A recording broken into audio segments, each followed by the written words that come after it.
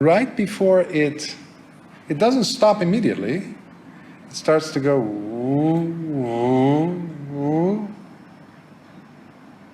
Because you've been pushing, especially because of the interviews, I've been encouraging you to not give up, not to wane, not to become weaker in your virya. So it's a skill, because your mind has convinced your body, hey, we will be doing this for 10 days, actually about 9. So I need your cooperation, I need you to be on top, I need you, and your body says, okay, okay. So some of you are really pushing it, sleeping only a few hours in a 24-hour period. Commendable, yes, but I also encourage you to take those naps, but not to overdo, of course. Easy on the food. Easy on the food, because on retreats, food suddenly anything consumable becomes the biggest entertainment. You start going and looking, oh, what's that? What's that? Oh, that's new. It wasn't there this morning. How many types of teas do we have? How many types of coffee? All these suddenly become interesting when you would not even bother to look at. Just like when you're doing walking meditation, you see a scratch or a dot on the ground or on the wall. Suddenly it becomes very interesting. And now, your mind says, oh, I'm nearing the finish line. So I can let go. I can reduce the energy. My intensity of drive, my chanda, the desire, is now, it's okay. I have proven myself, I can do this for 5, 6, 7 days, so it's time for me to rest. If you ever think of an athlete, for some reason the one that comes to mind right now is an athlete like a swimmer, Michael Phelps, from what I remember, from the Olympic Games, recent ones, Summer Olympic Games, and he won so many awards, medals, but that's not the point. The point is, I would always pay attention the last lap when they swim. It all is, yes, dependent on the last few meters, but they're also dependent on every single stroke that they have done previously, of course. But the real push happens during those last 5 or 10 meters, even the last few inches. So you need to muster up the courage not to give up, not to relinquish this beautiful drive that I've been seeing in every single one of you. Every single one of you, and that includes you, Sister Bodhi. All of you have been doing such a beautiful work. Don't relinquish, please. You need to give yourself the sense of confidence, saddha. Saddha, before it is towards Lord Buddha or the Dhamma or the Sangha, has to be towards you. The same thing with metta. Before you give it to anyone, who should you first give it to? Yes. That's why I say again and again in the book, also in every talk about metta, first you need to make sure you have money in your pocket before you reach in and give it to someone who needs it. If your pocket is empty, you will have nothing to give. So, what you're doing is actually giving yourself the most wonderful things that the Dhamma could offer. Starting with forgiveness, with its okayness, generosity, love, beyond anything you've experienced possibly. And most importantly, the ability to look at yourself with fresh eyes. And seeing perhaps a different layer, a new chapter for you. Not just because of the retreat, but because of what it has allowed you, and it is allowing you to do, which is to open up a new chapter every single day after the retreat. Basically, what I'm trying to say is, you have been giving yourselves the key for a new beginning every day. You're not stuck. You're not stuck. When we talk about anatta, what is that? What is Lord Buddha trying to say? Anatta. He never cared about philosophy. But he kept on talking about the three characteristics of existence in different ways to show it to people. We have been fixated into thinking that this is this person. And it's fixed. It has its clear dimensions, and it is fixed. We talk about anatta, anicca constantly. People have been writing dissertations on this. People go on living their whole careers talking about this, monks or otherwise. But how many of them actually really understand what anicca is?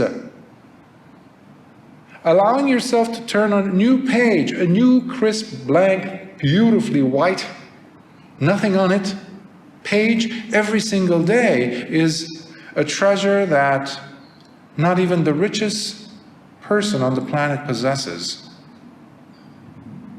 That's freedom, isn't it? But you cannot have that sense of freedom unless you break this shell of an idea that you have. This is atta, person, me, myself. This is not some verbiage. These are not just words, some theory that you can add into your own lexicon of what anatta is. You must feel it in your life. And if you're having a difficulty every day to turn a new chapter for you, for yourself, in the morning, that means you are very much stuck in atta. I don't care what you think about anatta. I don't care if you can actually give a talk for 5 hours on anatta. It means nothing. Because you have a difficulty turning that page to allow yourself a new beginning. You must.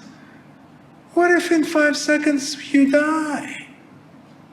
You will die very much atta, becoming, grabbing, and there goes, oop, there is mom, hi mom, oh, I'm back again? I thought I was done. So true, it's there. Too bad, you're stuck. Back to samsara. You never left. There are people who actually believe they're sotapannas, sakadagamis, anagamis, but they are very much stuck in samsara. Their behaviors tell it all. Your ideas mean nothing. Nothing. Your behavior, and how content you are.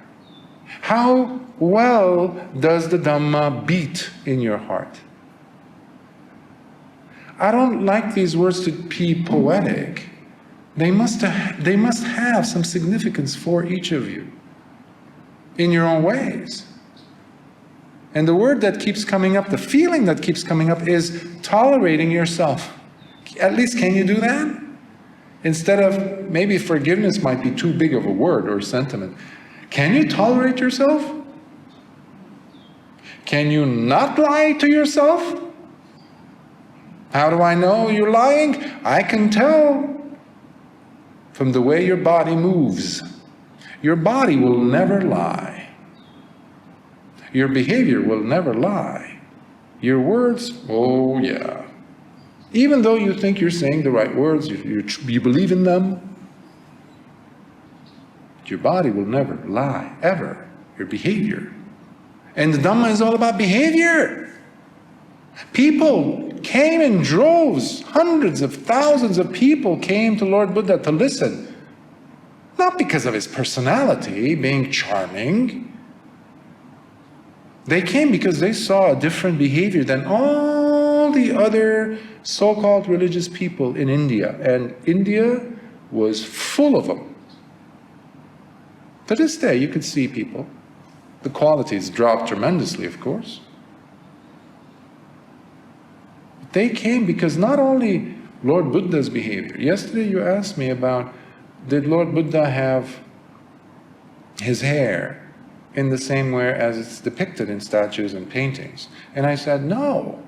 Whatever he expected from his bhikkhus, he was the first to demonstrate that, to live it. Whatever lifestyle he gave us, me, bhikkhus, he lived it every day until he died. That means that whatever behavioral changes that had occurred in Lord Buddha had also occurred in his students. Every time they went to Pindapada, every time they came in to ask questions, they were seeing, they were observing as lay peoples. You know this. I was a layperson most of my life. I know this. You're always observing. You're always observing the religious characters, people who are in a position of authority. People constantly talk. They look at behaviors. Everyone knows this. Words don't mean anything. Behavior does. Action does.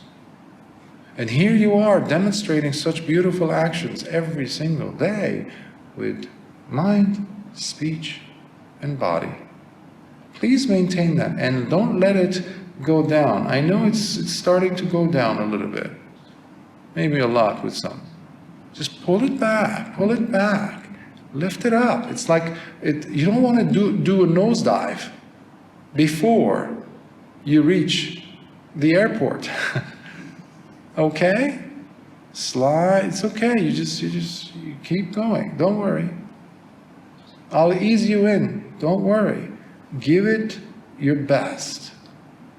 Don't try, do.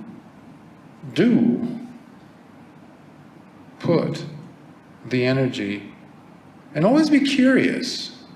I wonder what's waiting behind this extra minute that I could sit. And my mind is saying, hell no, I'm done. I'm done. It's okay. Can I sit for 1 minute more? Just one. I mean, what's 1 minute between you and I? This is you talking with your mind. Sometimes it helps. If you're going to be awakened, it will be with the help of your mind, you know.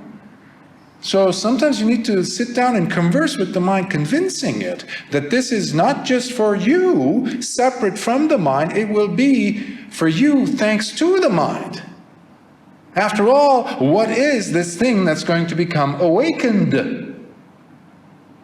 The ignorant mind will become the wise mind.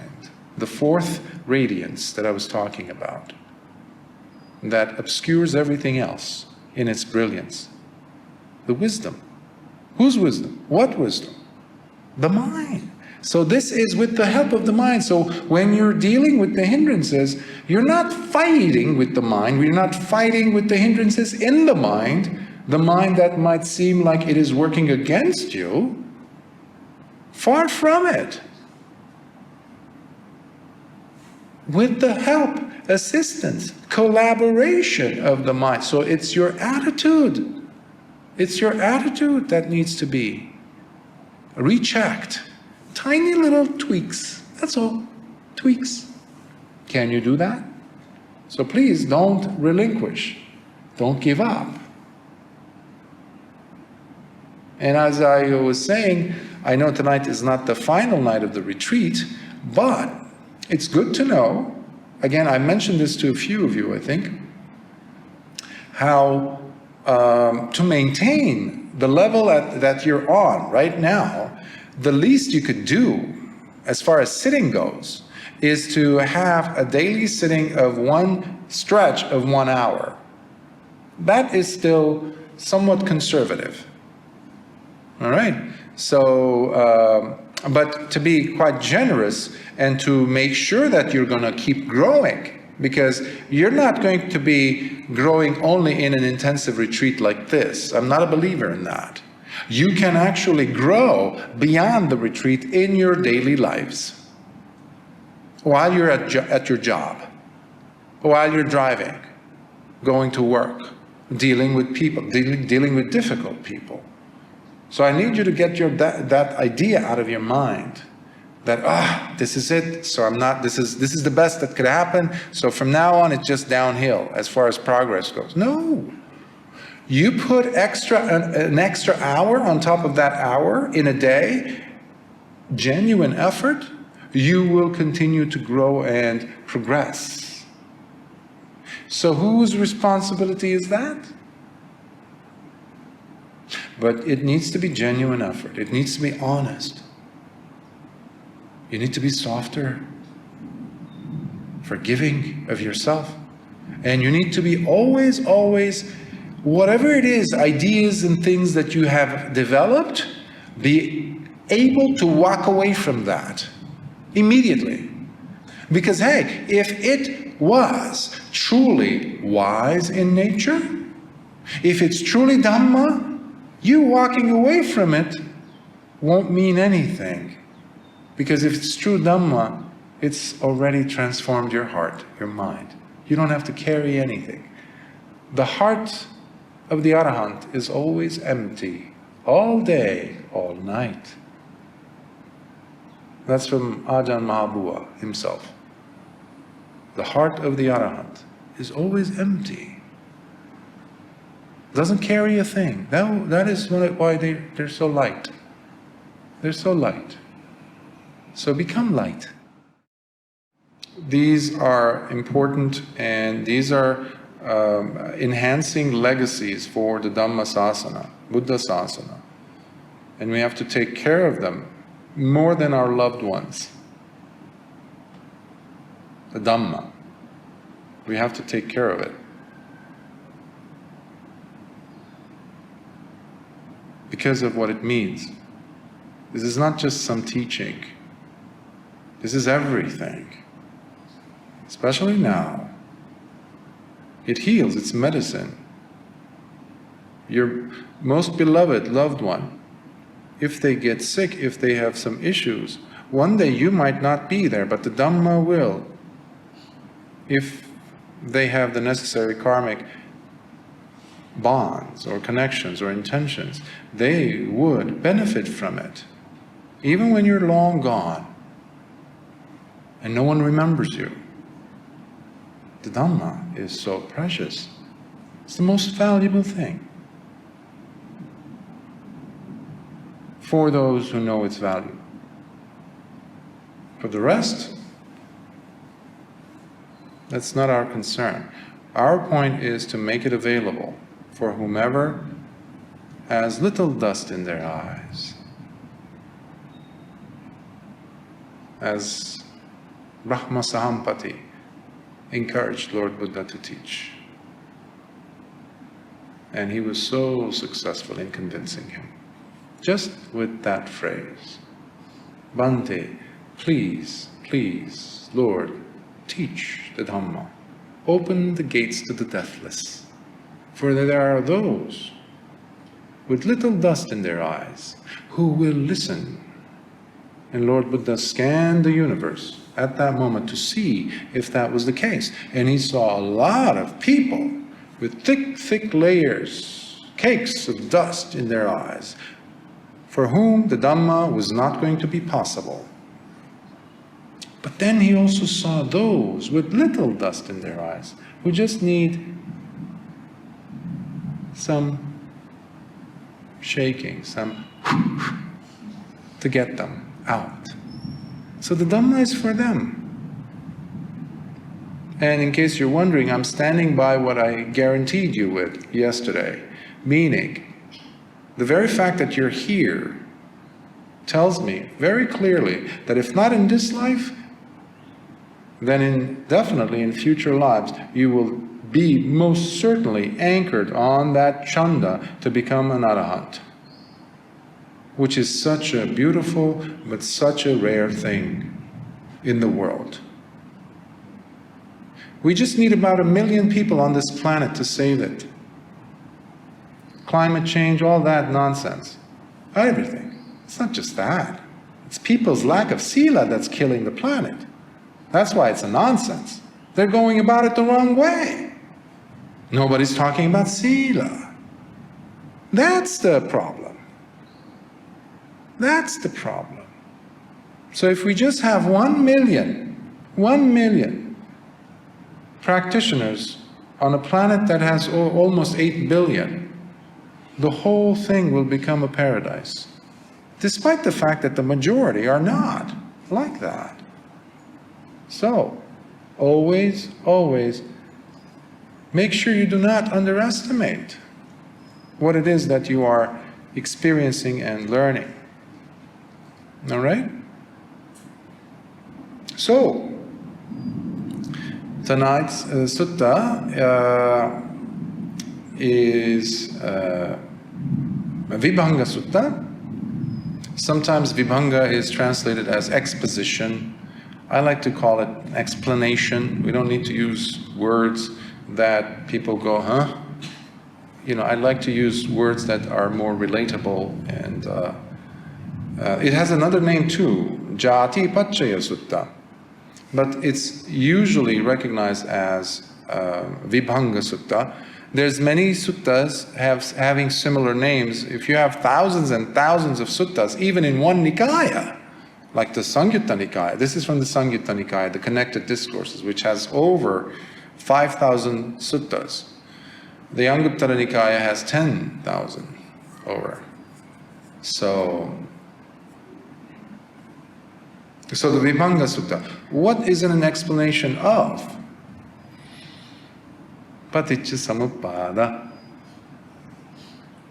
But I like to pick suttas that, in this case, on dependent arising, that are rather different but more direct, but presented in a way where they are more palatable, more tangible to understand, especially a difficult topic like Paticca Samuppada, which for some reason, for about 150 years, people are getting somewhat of an enjoyment to make it very complicated. Writing it, making charts. There's charts that they've done. There are charts in Burma that they've done that they keep circulating. It's like, and you look and it spins your head. And even if you had some interest in studying it, you're going to say, no, thanks. This is too much. So many people have, whether it's in Burma or other places in the Buddhist countries, people have relinquished their fervent desire to pursue and practice, obviously, the Dhamma, simply because they were told that in order for you to understand the Dhamma, you must know Paticca Samuppada, because Lord Buddha says, because they use or misquote that quote that I used yesterday, or the other day. He who sees the Dhamma sees Paticca Samuppada. He says Paticca Samuppada sees the Dhamma. Same thing. So they say, if Paticca Samuppada, which I clearly don't understand, is so complex, then forget it. I will never understand the Dhamma. And many people have walked away from practicing. They've given up hope that they too could attain even a Sotapatti stage, which is the first stage. That bears such a heavy karmic burden for those people who've complicated the Dhamma. So there's no accolades from me for all those sayadaws and people who've written these things that complicated things. The Dhamma has to be taught in a way where anyone could understand. There's a professor, was a professor at Caltech, a very well-known physicist, mathematician, Richard Feynman. And he was asked by his students, and Caltech is very prestigious. I mean, you have to really be top-notch science and math student, and really, outstanding to be able to even have your application be accepted to study there. And they have wonderful campus. I used to live walking distance from it, so I used to go walking to the campus and walk around, and it was lovely. But anyhow, he would be asked by his students, "Professor, physics, because he would present it in such a way that everyone would enjoy it. To this day, if you want, you can actually watch YouTube videos of him teaching. And he would be so dynamic in his teaching method. So one day he turns to his students and says, if you, physics graduates from Caltech, meaning that the top level of scientists in the world, JPL and NASA would just hire you like this. If you guys, are teaching and you're a very claimed world-renowned professor, and you cannot teach physics to your grandmother in simple words, then you're a failure as a physicist, especially as a physics professor."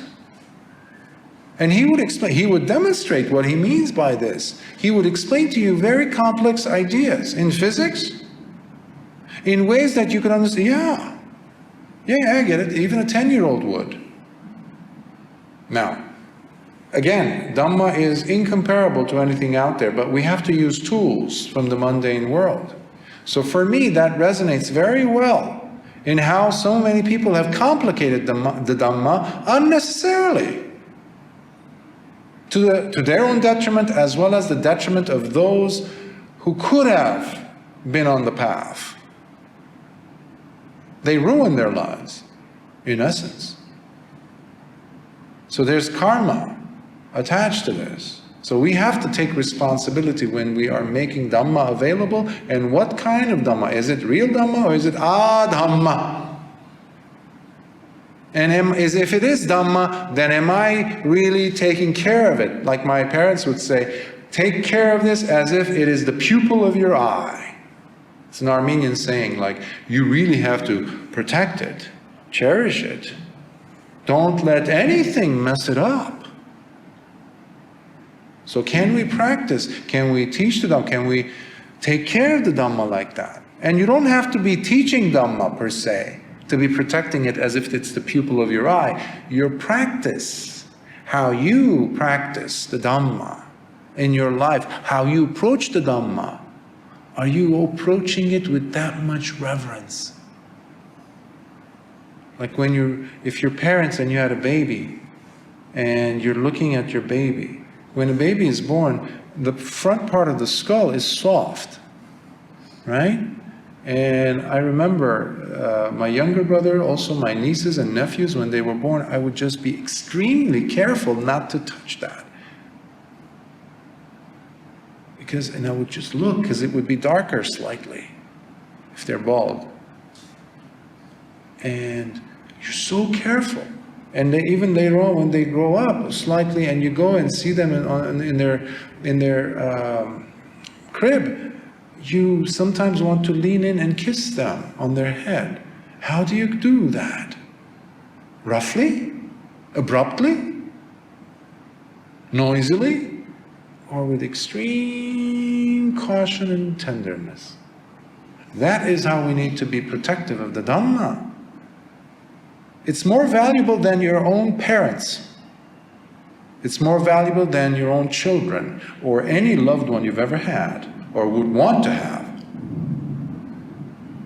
That is the attitude that we need to have towards Dhamma, because it is life-giving. If you've seen anything worthwhile on this retreat, anything beautiful that you've experienced, it was because of the Dhamma. Nothing else. Nothing else. Nothing related to a person.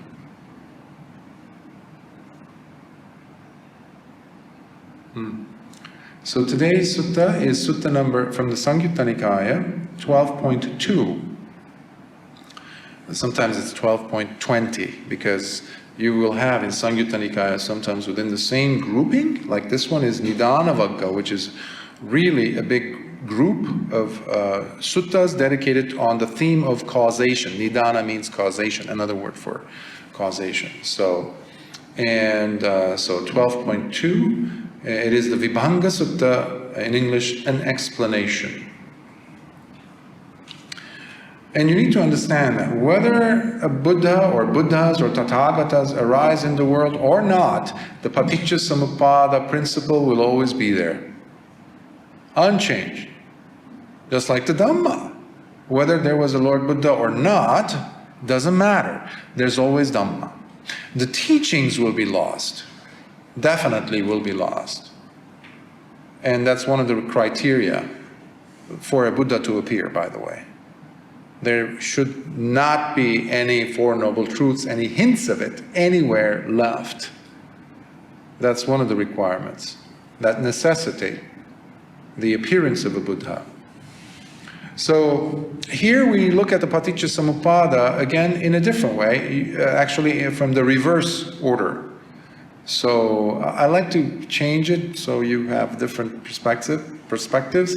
So it shows us how eventually we get to the point where we see how ignorance arose or suffering arose. So let's begin. Once, while staying at Savatthi, the Blessed One addressed the bhikkhus by saying, "Bhikkhus, I will teach you the doctrine of dependent arising, and I will explain it for you. Listen carefully to what I shall say and attend closely. I will now speak." "Yes, Bhante," the bhikkhus replied. The Blessed One said this. "And what, bhikkhus, is dependent arising, Paticca Samuppada? In the presence of ignorance, as their condition, habitual tendencies arise. In the presence of habitual tendencies, if you recall, are the sankharas. I don't use volitional formations. Sankharas. In the presence of habitual tendencies, as its condition, sense awareness arises. I don't use the word consciousness because it's very confusing. Sense awareness. I use that for vijnana. That's what it is. Sense awareness arises. In the presence of sense awareness, as their condition, mentality and materiality arise. Nama-rupa. In the presence of mentality and materiality, as their condition, the six sense bases arise. Salayatana.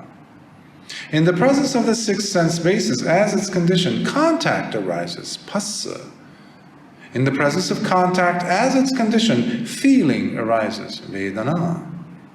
In the presence of feeling as its condition, craving arises, tanha.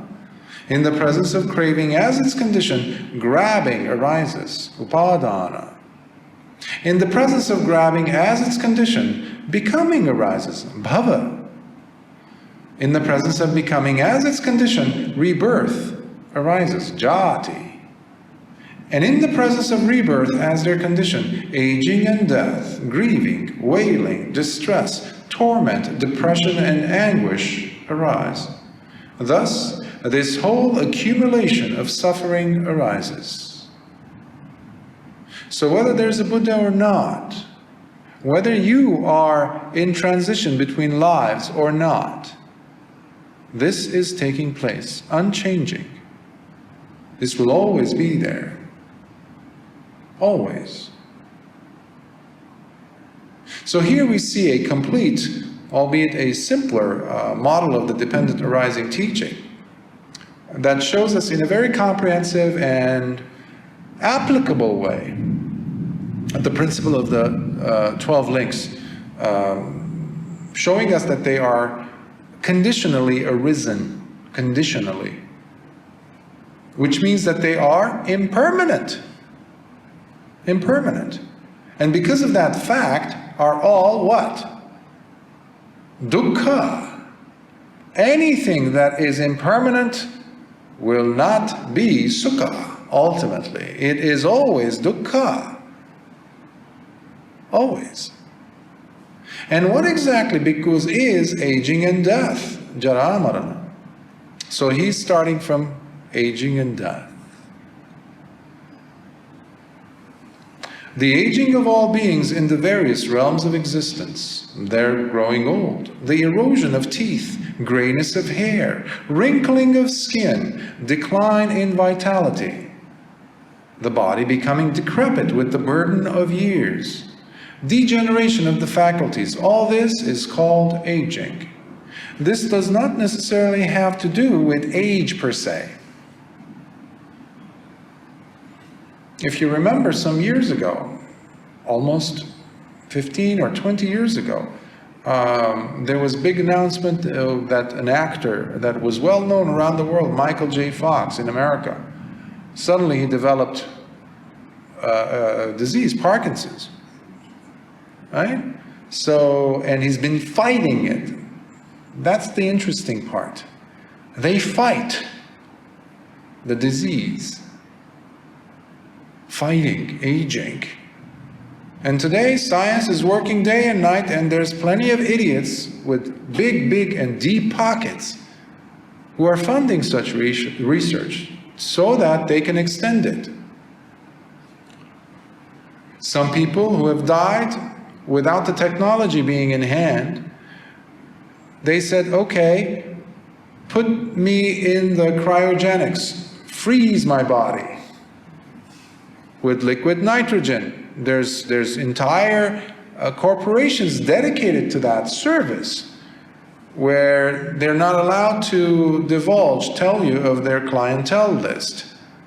Many of them are billionaires who've died, with the hope that one day there will be the science to bring them back to life. This is one outstanding level of wrong view, that even in their past, in them being dead, they have somehow managed to maintain wrong view in this body, which they no longer occupy, which they've moved on from, by the way. There's no way they're going to be coming back to this one, because they've already inhabited who knows how many different bodies since then. If they landed as a fruit fly, good luck. You live about 3 hours or something. So, the ridiculousness of the human intellect, because there's no sila. There's no sila. You have a lot of individuals today with many PhDs. Means nothing. Education means nothing if the person doesn't have right view. They're talking nonsense in most of the universities these days. And you look at the quality of sila, virtue, it's non-existent. And many good professors are trying to stand up, but they are being hushed. They are being punished, blacklisted, kicked out of their retirement plans, or forced into retirement. So the whole educational system is in shambles around the world, in the West especially. And in Asia, everybody for the last 50 years at least has been looking at the West as their guide and for higher learning, their methods, the pedagogy, all these things. It's not the best role model, because it's lacking sila these days. Where it's going, it doesn't have the welfare of humanity and the planet in mind. They're going to the edge of a cliff, and it's a cliff. It doesn't have a bridge. It's a cliff. It's a bridgeless cliff. That's where we're all headed, the way things are going. Because people are not looking at true wise teachings out there. Mediocrity has become the big thing now. And here, not enough people are actually, interested in Buddhism, are truly looking at the Paticcasamuppada in a realistic way, in a relatable way. That's why retreats are so important, and that's why I try to have Paticcasamuppada on retreats several times, if I can. To put it in there so you can have something that you can compare and see and understand and develop some depth of understanding. So, when we have pain, it's not just the pain that is causing us the suffering. The pain itself is not the real cause. But we get fixated on the pain. We look at the pain. We say, that's the source of my pain. This is my suffering. This point in time and space is my source. But we completely neglect to consider all the other chain of events, causal factors, contextual elements that have come, and all that it entails to bring this about. The very process of change is painful, Lord Buddha is saying, with impermanence. The very process of change is painful. You're looking at the Bodhi tree. This Bodhi tree, the one that's closest to us. When I first came here, the first week, I noticed that the leaves were turning brown, and it was it was actually, the leaves were dropping. Some of you are nodding, you also saw it, and I was I was not happy about that. The other Bodhi tree was doing fine. And then after about 3 weeks or so, or a month or so, it started to bloom. But it did something to the viewers, to those who were observing this. It hurt us. You don't want the tree to die, especially Bodhi tree, come on. So you try to give it love, and that helped it to grow. I was actually, I use an espresso machine, so I would go ahead and dump some espresso, some coffee remains, because coffee, my grandmother taught me that coffee really helps plants. So I would just go and toss it in there, hoping that the rain would come and get it to the roots. I don't know if that helps, but I know that the metta from people helped it a lot. But what did that do? You look at a beautiful tree, so therefore it has leaves, this and that, it's providing shade for people and animals, it gives fruits if it's a fruit tree. And then what happens when the seasons change? You go, oh, what happened? Is it dead? Especially when you're a child. But it's going through that process of change. When someone gets sick, or even worse, when they're starting to die. What is that doing? The moment that you connect with someone, I was mentioning this, I think, yesterday, when you find that person that you always wanted to find in your life, that person who, your mate, your something, or you're like, oh, this is it, this is the gift that universe gave me, this is my partner. The moment that is official in your head and theirs, there is the seed of fear planted. Because you're now afraid, oh my, I don't want them to slip away. Well, the very fact that you put that spoke, that nail, that flag into the soil and said, this is mine, this is what I want, a flag that is placed in the water, in the river, called anicca, what do you expect to happen? So you're expecting the permanent within impermanence. That's one of the bases of a Puthujjana's thinking, Lord Buddha says. Looking for the permanent in impermanence. It doesn't work. Whether, I just gave an example of a relationship with a significant other. It could be your job. It could be your ideal home, the ideal car. My brother-in-law, years ago, I remember, he still does adore his cars, and he would always save money and buy a car that's really fancy, this and that. And I shake my head. Like, for me, it's always been, when I had a car, like, it takes me from point A to point B, end of story. And sometimes I would wait for the seasons to change so that I don't have to go and wash the car. The rain would wash it. That's how I would, be, but that's probably extreme for some people. So he would wash it almost every 2-3 days. And he would get up in the morning, check from his porch to see if the car is there, and he would just stand there, just, probably having papanchas. And one day, he wakes up and someone had stolen it. He was devastated, you can imagine. You couldn't talk to him for about 3 weeks. He was crying, he was upset. I mean, I didn't go and poke fun at him. It's just like, you know, I couldn't, but I just felt sad for him. Not because he lost the car, but because of the connection and the relationship he had built around this thing. But whether it's a car or a human being, it really doesn't make a difference when you think of it in those terms. Because things keep changing, not just in the world around us, but in us. In us. Today your body is extremely healthy, let's say. Tomorrow it could be extremely sick. You don't hold control over that. So be very grateful that things are going okay for you.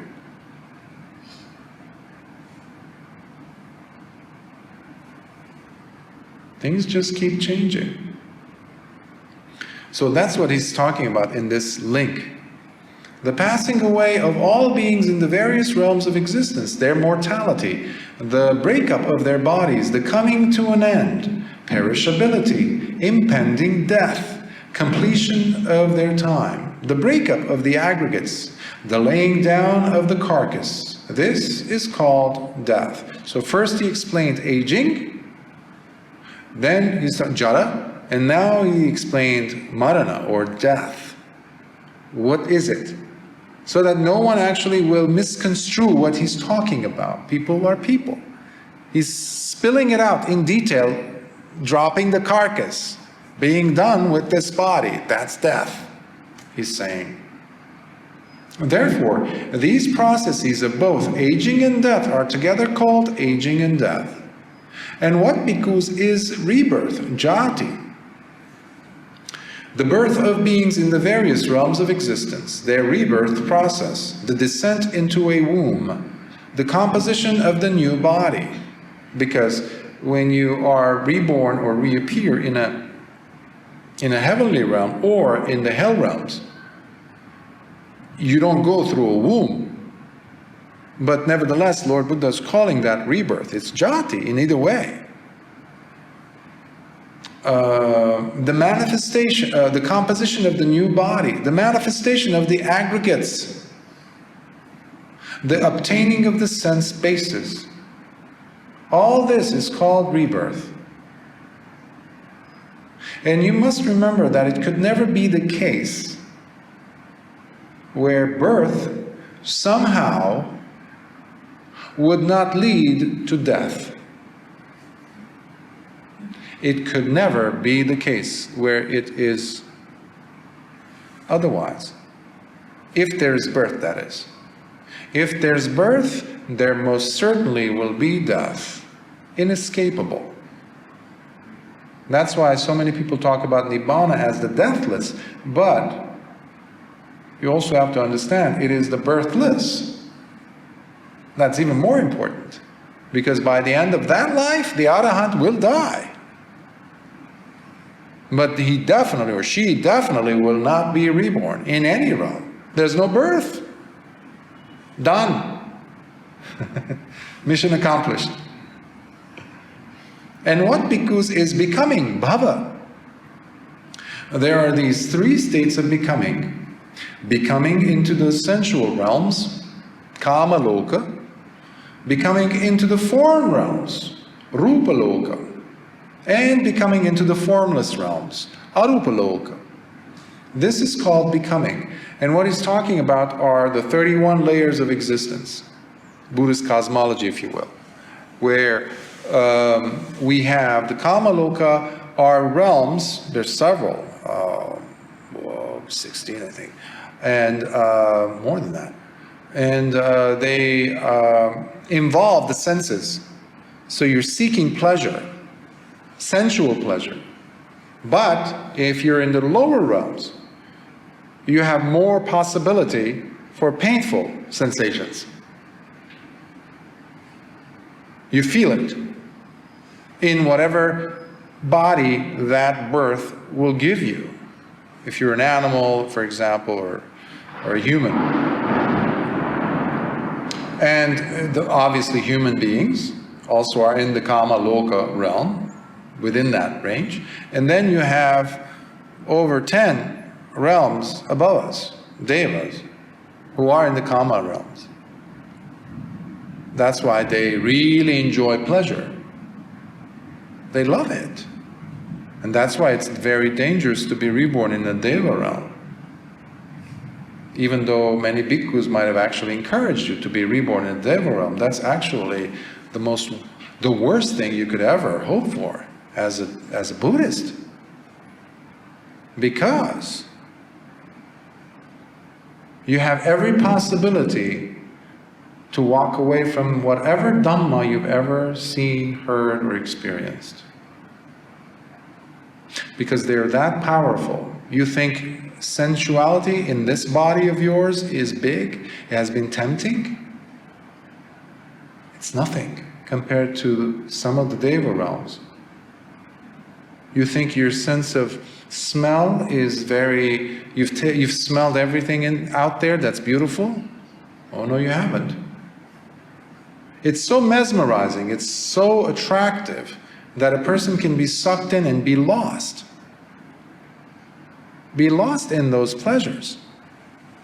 And then, because most of the devas, if not all, when they die, unless they have the Dhamma established in their hearts, will die sudden deaths.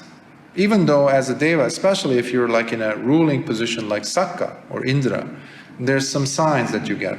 For example, there's a bead of sweat that appears for the first time. As a deva, you don't sweat, especially someone of his level in Tavatim 7. And gray hair doesn't exist until the moments before death. Wrinkles don't exist. The body doesn't smell. Remember I told you that they will be about, I think, 700 miles away from human beings. They cannot tolerate human smell. Devas. We stink for them. Because they smell, they have such a refined olfactory nerves, I guess, for devas. But that's just the smell I'm talking about. The sights, think of the most beautiful sights you've ever seen or seen in a video or a movie or a picture. It's nothing. It's nothing compared to what they see. So, if you're not established in the Dhamma and you are reborn in there, now you can begin to understand the panic that bhikkhu experienced when he died in his chankama and landed at the footsteps at the gate of his palace as a deva. Because he was panicking, he was afraid that, what did I do? Why am I here? Who are these women coming at me? Which, by the way, any other person in his position might have said, yes, to. So, please don't wish for a Deva realm rebirth.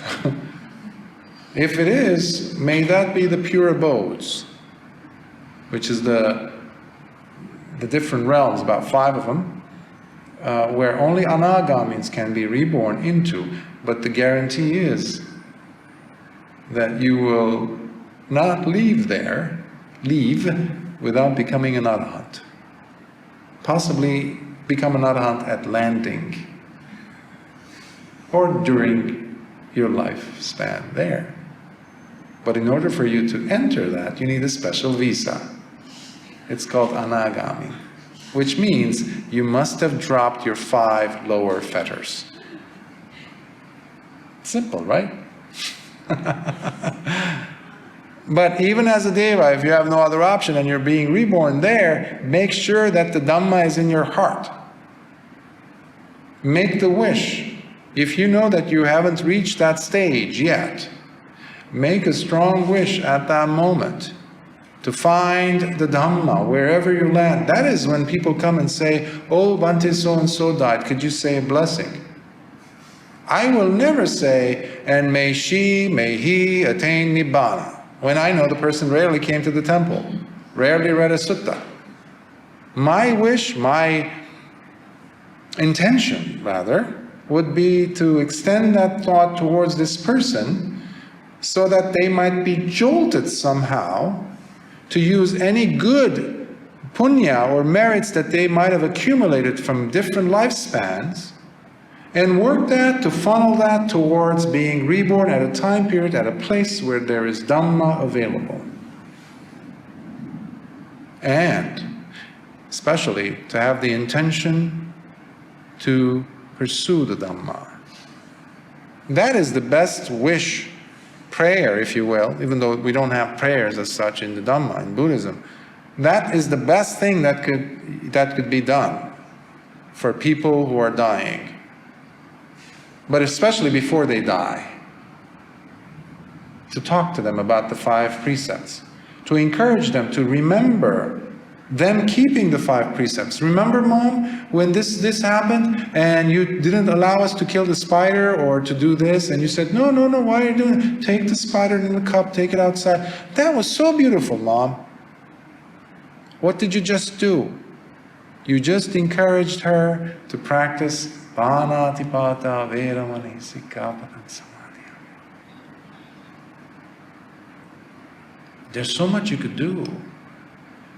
So much you could do. You're not in a hopeless situation, helpless. No.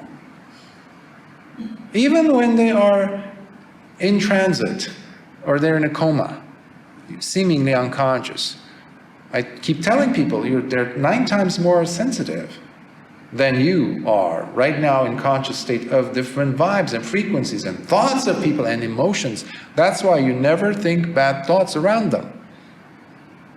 Even when they're just died, you always think about positive things. Radiate metta. Laugh with them. Tell jokes. But never talk about negative interactions. Oh, so-and-so, Mom, do you remember when you had that fight with Aunt so-and-so? You never do that. Oh, your brother, he didn't want to come because he's still mad at you. You never say stuff like that. Always positive, to put them in a positive state of mind, because any kind of a negative thought or feeling will be a push towards the lower realms. Remember that, because they will be pushed towards a negative state of feeling, and you know how feelings are important. Metta is a powerful tool. It changes you. That's why I've been teaching it for over a decade. Just that. Instead of any other thing. Because it's so powerful, it's fast. Faster than anything I know, and I've practiced a lot of techniques. This is it. But don't, you are your own proof to validate that if it's true or not. I don't have to say a thing. So, generating that, it's so important. Don't think like, yes, it is, the Paticca Samuppada is there, whether the Tathagatas or the Buddhas appear or not. Yes. But you are not helpless. You can do things with your approach, especially when you have people around you who are suffering. Okay? So be positive. If you have people around you or family members who are sick, if they're negative attitude, the thing is, I was going to say the good thing is, but the thing is they're going to die. Every one of us is going to die. So might as well make their exit pleasant. Enough so that you might even affect a person's rebirth state. Imagine if a person was about to go to the Peta realm, hungry ghost realm, spirit realm, but because of your involvement, suddenly they end up in the Tavatimsa heaven. Or in the Chatumaharajika, the 4 great kings realm. You can. And by the way, I know one of you actually asked this question once before, a few months ago, if you remember. What if you become a Sotapanna? Or any of the noble disciple levels? Would that affect parents? And the answer is yes. Because of them you're alive. Because of them you actually came to the Dhamma. And because of them you were able to practice. And you were able to attain the noble status.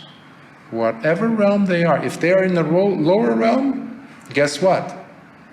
Even in hell, that would affect, because the power of parents who have given you life in this life, and you're attaining it in this life, jolts. If you have still some balance to pay up in the hell realms or animal realms, it's just paid. Or it gets shorter if it's really nasty things that you've done in the hell realm. And suddenly, even if you're a deva, by then, you become more radiant because your child became a sotapanna. And beings will come and ask you, why are you more radiant than us, other devas? And you will not know. I mean, the parent will not know necessarily, unless they come across a wise deva who knows a few things, and they will encourage them, and they will hopefully encourage them to go and practice the Dhamma. Because that will fade. That will fade once you die. So it's work that is necessary to be done by each individual. So even as a parent, yes, there is some benefit, but they have to do the work so that they too become a sotapanna. They can't take credit for it too long.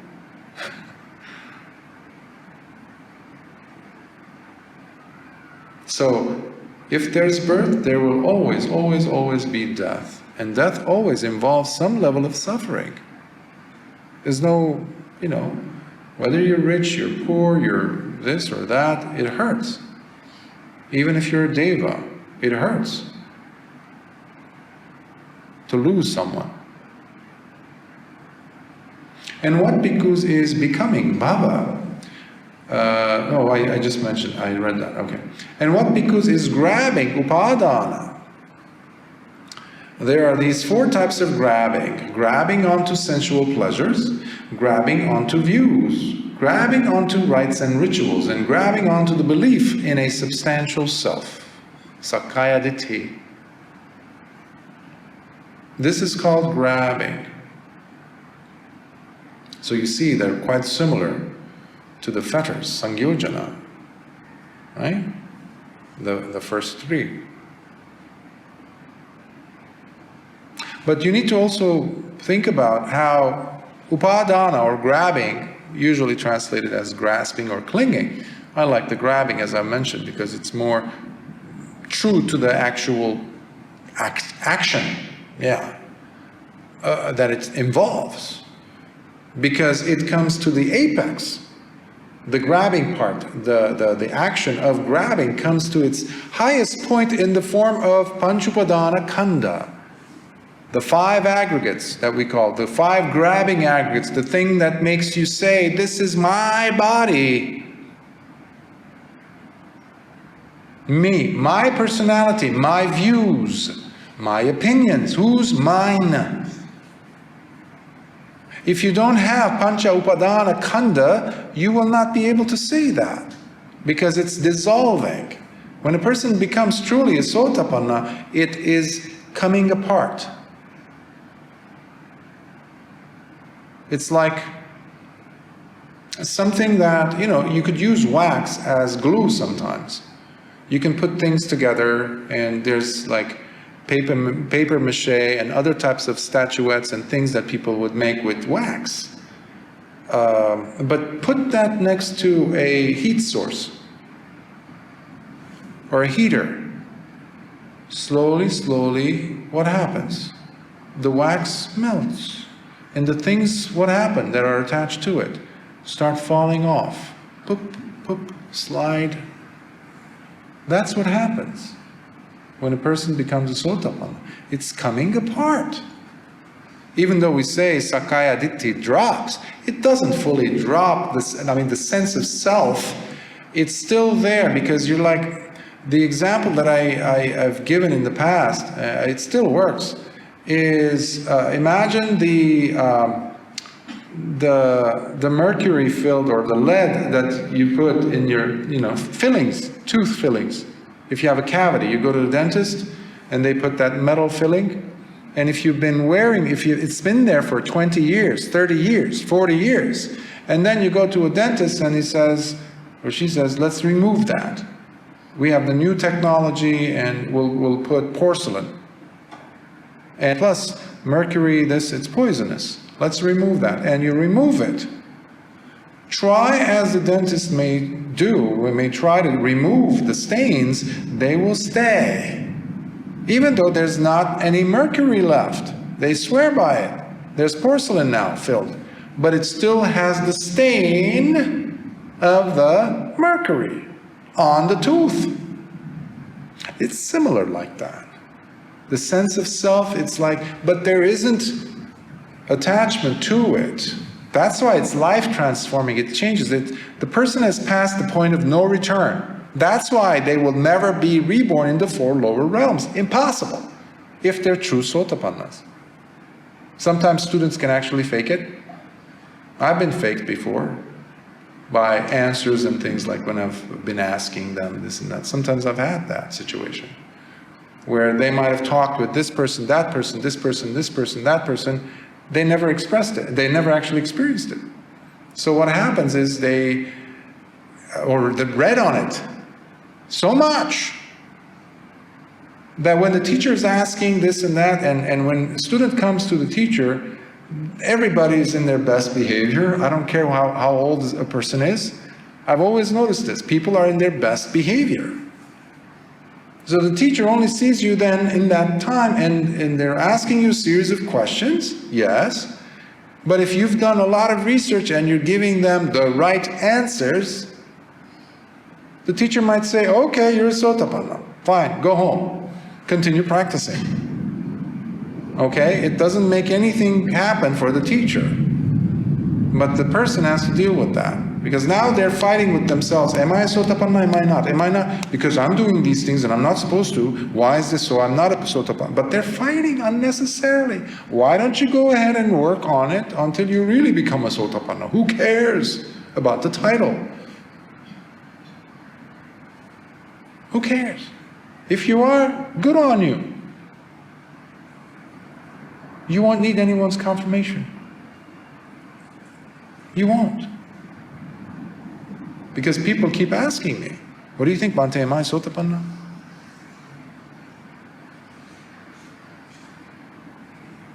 That's what I do. I'm speechless, literally. So, Pancha Upadana Khanda is, think of it, I once did a video, it's kind of old now. I was in Big Sur and sequoia trees and all that, and redwoods. So I couldn't resist, but I saw some twigs in the forest as I was walking, and I just felt the need, because aggregates, khanda, when you think of it in Pali, they're standing for sticks. Sticks. In Old English, it's called faggots. All right, and we don't use that word now for sticks, but I saw these sticks on the ground, so I got them standing against each other.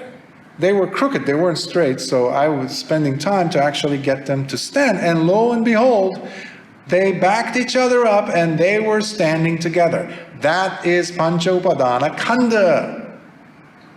That's how Lord Buddha would explain it too. You remove one, and it's starting to dissolve, like the wax next to the heater. Because they're impermanent. What we think it is looking for the permanent in the impermanent. Well, when was the last time that you experienced Vedana being permanent? Has Vedana ever proved itself to be just that? Only painful? Only pleasurable? Only neutral? No. How about sannyas? Have they ever proven to you that they are permanent? You're always having new sannyas. Memories come, go, come, go, come, go. Where did that come from? I never thought of that, Bhante. You see that in meditation, right? Is that permanent or impermanent? Khandha is the same way. I mean, the sankhara is the same way. Always. So you see, consciousness is all, that's a perfect example. Ear consciousness, nose consciousness, eye consciousness. See? Ear consciousness. Changing. So is that permanent or impermanent? So all of these, we bundle them up and call them permanent me. We call it kaya, a body. We call it this is me. It's not. So when you think about these things, so when you explore Paticca in this way and make it more understandable, relatable, something that you can, yeah, the thunderstorm, the sound, okay, that's consciousness, sense awareness, okay. Yeah, it's impermanent because it's not happening now. But why am I?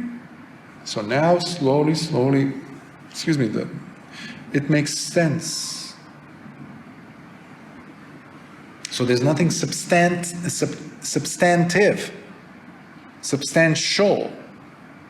for you to be calling it substantive or substantial, permanent, fixed. No one really to get insulted, because the person might have insulted you, but that was 5 seconds ago.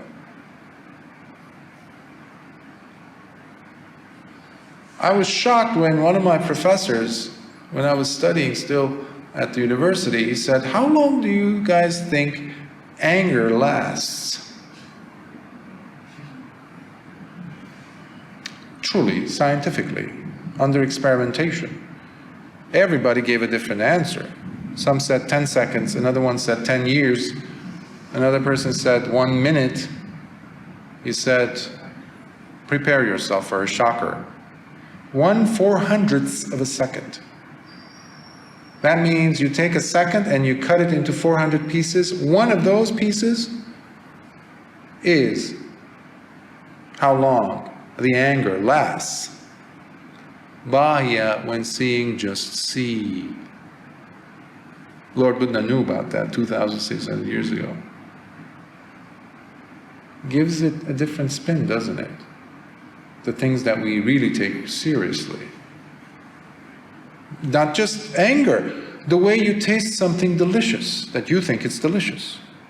Oh, but you have to regurgitate that, you have to chew on it, re-chew on it so that you can bring it back to mind. Or you're eating pizza, let's say.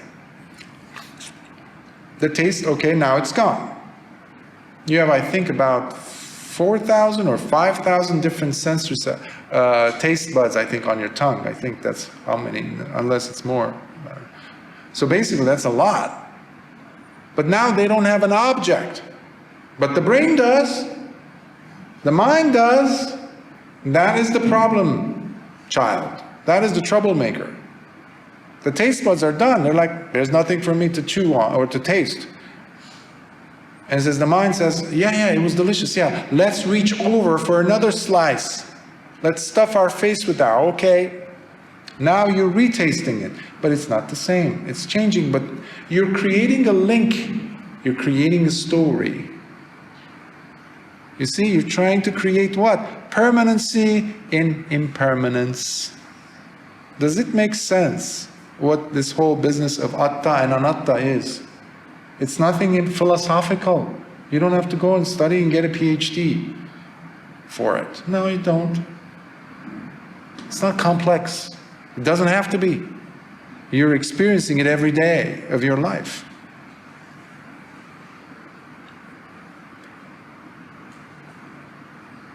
And what bhikkhus is craving? Tanha. There are these 6 types of craving. Craving for forms, craving for sounds, craving for odors, craving for tastes, craving for tactile objects, craving for mental phenomena. This is called craving. So you see, you have 6 sense doors, and they're directly connected. Now, he's breaking it into pieces, yes. you've often seen craving or tanha being represented as just craving. Lord Buddha described craving as just one in some suttas, in some teachings. But here's now describing it in 6.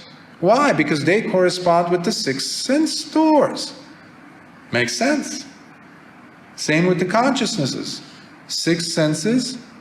If you're going to have craving, well, you need contact for craving to happen. Before that, you need feeling. Before it turns into craving, right? So craving comes from the feeling, which came from contact. Which came from what? The 6 sense doors. So you see, you have to think of it in context. Don't be word worshippers. That's what we have today. People are worshiping the word, the plastic apple, remember from yesterday? Instead of the actual fruit.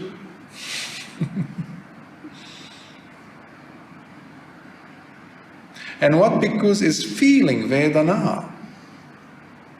There are these 6 types of feeling. I'll get some water. 6 types of feeling. Feeling that comes up as a result of eye contact. Feeling that comes up as a result of ear contact. Feeling that comes up as a result of nose contact. Feeling that comes up as a result of tongue contact. Of body contact, and the feeling that comes up as a result of mind contact. And this is called feeling. Remember, the 5 senses will give you 5 doorways for different types of feelings. 3 each. So Lord Buddha has described now 6, but other places you multiply 6 by 3, you get 18. So one time Venerable Ananda and a carpenter, who was very well known and he was a very good Dhamma teacher himself, a layman, they got into an argument. Venerable Ananda was insisting that Lord Buddha only talked about 3 kinds of feeling. And the carpenter was saying, Bhante, with all due respect, Lord Buddha described 18. Go back and forth, and they say, you know who's going to solve this riddle, this problem, this issue, is if we go to Lord Buddha. And he says, I thought you would never ask, Bhante. So they go. And Lord Buddha says, you are saying what is correct, and you are also saying what is correct, because in different places I've described feeling as 3, as 18, and it multiplies, goes in the 100. So we get attached to what we have heard, to what we know. Again, even Venerable Ananda was fixated. Venerable Ananda himself, Arya Savaka, Sotapanna himself, the companion to Lord Buddha, the attendant to Lord Buddha, he was stuck. He was making something permanent out of something impermanent. Who cares if it's 18? Who cares? That's what Lord Buddha is saying, basically. But we love to attach ourselves to things. I know this is to be true. Who cares? Live it, understand it, penetrate it, and attain Nibbana with it. Don't turn it into a medal, a prize that you hang from your neck, just like that sadhu I was talking to you about in India. Completely naked, but still wearing the medals that the government of India had given him for work that he had done. Sadhu, completely naked. I saw the picture, I couldn't believe my eyes. With the whole trident and everything, with the hair, you know, dreadlocks. Don't be stuck. It's foolish. And what bhikkhus is contact, phassa. There are these 6 types of contact: eye contact, ear contact, nose contact, tongue contact, body contact, mind contact. This is called contact.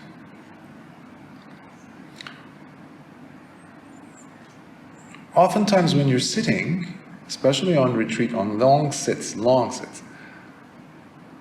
it would feel like something's happening to the body, something's crawling. Like yesterday we went to the park in nature, we were sitting there, before we were interrupted, rudely, mind you. You were sitting and you saw ants Sometimes, actually, I saw some types of ants that I'd never seen before. And I used to teach biology. And I was like, that was interesting. But the other thing was, none of them was crawling on my robes. And based on what I heard from your reports, the feeling was mutual. The experience was rather similar for many of you. But sometimes you might be sitting here, where I've never seen any ants here. But it might feel like there's something crawling on your forehead, on your face. Before you jump into conclusions and reach over and drop your sati, drop your meditation object and reach over and say, I'm going to get rid of the ant, convinced that there is one, by the way, check the mind. The mind is always behind everything. It's like in old, crime mysteries, the butler did it. It was always like that, the butler did it. There was that saying, he's the one who's the killer, in the story, suspense novel. So it's the mind. Always go after the mind first. Because if the ant is moving, guess what? Ants never stay in place. You want to see a restlessness in action? Look at an ant. Restless. So if you're very restless, you might end up being an ant in your next life. Especially if you're not paying attention. So the ant is not going to stay in one place. Be curious and say, okay, fine. If I end up feeling this moving, happening and going across my neck, I'll get an idea that this is not mind-made. This is a real ant. And then when it gets closer to my hand, unless I'm really, if I'm really bothered, then I'll just gently go. But the ant is not interested in my skin, on my skin. It's not going to be there. It's just looking for food, and I have nothing to eat for it. It will go away. But the whole problem is being churned by the manufacturer of sannyas. No one else but the mind. So at that moment you can look at the mind. Observe it, smile at it, say, I know what you're up to, and drop back to your meditation object. That's another way of doing 6R, but you got to do it with relax and smile steps. Okay? As you return back to your meditation object. And what bhikkhus are the 6 sense bases? Salayatana. The eye base, the ear base, the nose base, the tongue base, the body base, and the mind base. These are called the 6 sense bases. Now, seeing that it's listed as 6, you always have to appreciate the salayatana in a wider sense also, meaning they come in dual. They have a dual relationship relationships with their objects. So the eye, in order for it to be an eye, as far as the Dhamma is concerned, it needs to have visual objects, which are the counterpart, its object. Right? Forms that are visible. And the eye itself has to be a functioning eye. Not just any eye. It could be a dead eye. Somebody's, body dissected and the eye is there. It's dead. Or a blind person's eye that doesn't work. The object is there, perfectly fine, there, radiating light. Reflecting light, rather. You can't see it. So these two come in pairs. Even though it says eye base, Lord Buddha is not listing the eye base's object, the visual object. So that is included. I put here a segment from another sutta that I love. It's the Mahaveda Sutta, where I've mentioned this sutta before here, actually, on different occasions. It is a conversation that took place. It's a sutta, a discourse, where you have two arahants, Venerable Sariputta and Venerable Maha Kotita. And they had their own collection of students, groups of students. So Venerable Maha Kotita one day goes to visit his friend, Venerable Sariputta, and he asks him some questions. And that's the Mahaveda Sutta. Chula Vedalla, if you remember, I covered it about 3 weeks ago or 2 weeks ago with Venerable Dhammadinna and her ex-husband, the Anagami Visakha. That's the Chula Vedalla Sutta, which is a very powerful sutta, as you discovered. So this one is in relation to the 6 senses. So I copy-pasted it here so I can mention it because it's relevant. Friend, this is Venerable Sariputta responding in relation to the 6 sense bases and papanchas. I've discussed papanchas before, and you already know, but papanchas are the mental proliferation, the constant spread. It starts with one thought and boom, like wildfire. That's papanchas. When you follow the sanya, sankharas come in, and guess what? You're lost in papancha land. That's why you have to do 6 Rs to pull out, to identify. Whoa, you don't do 6 Rs just with any thought. That would be too restless. You see the thought, you don't engage with it, you ignore it, and it just drops, it goes away. But there are those hindrances that will stick because you have some attachment or you lost your sati for some time. Those will be merging with the sankharas soon enough, and now you are weaving story after story. Those are what we call papanchas. And it's like a jungle thicket. It's so hard to get out of, because you're trying to get rid of one thought or one papancha by using another papancha. How's that going to work? It's not. So he says, friend, as far as the 6 sense spheres reach, that far the proliferation reaches. So however far your 6 senses go, you've given them rein, you've given them allowance, that is how far the papanchas will take you. Which means limitless, especially when we're including the mind as the 6th sense. It's not just the 5 senses. As far as the proliferation reaches, that far the 6 sense spheres reach. They are mutually inclusive, related. Friend, with the total cessation of the 6 sense spheres, proliferation ceases. Proliferation pacifies. That's what we call nippapancha or papancha nirodha, the ending of papanchas, which is another word for nibbana, by the way.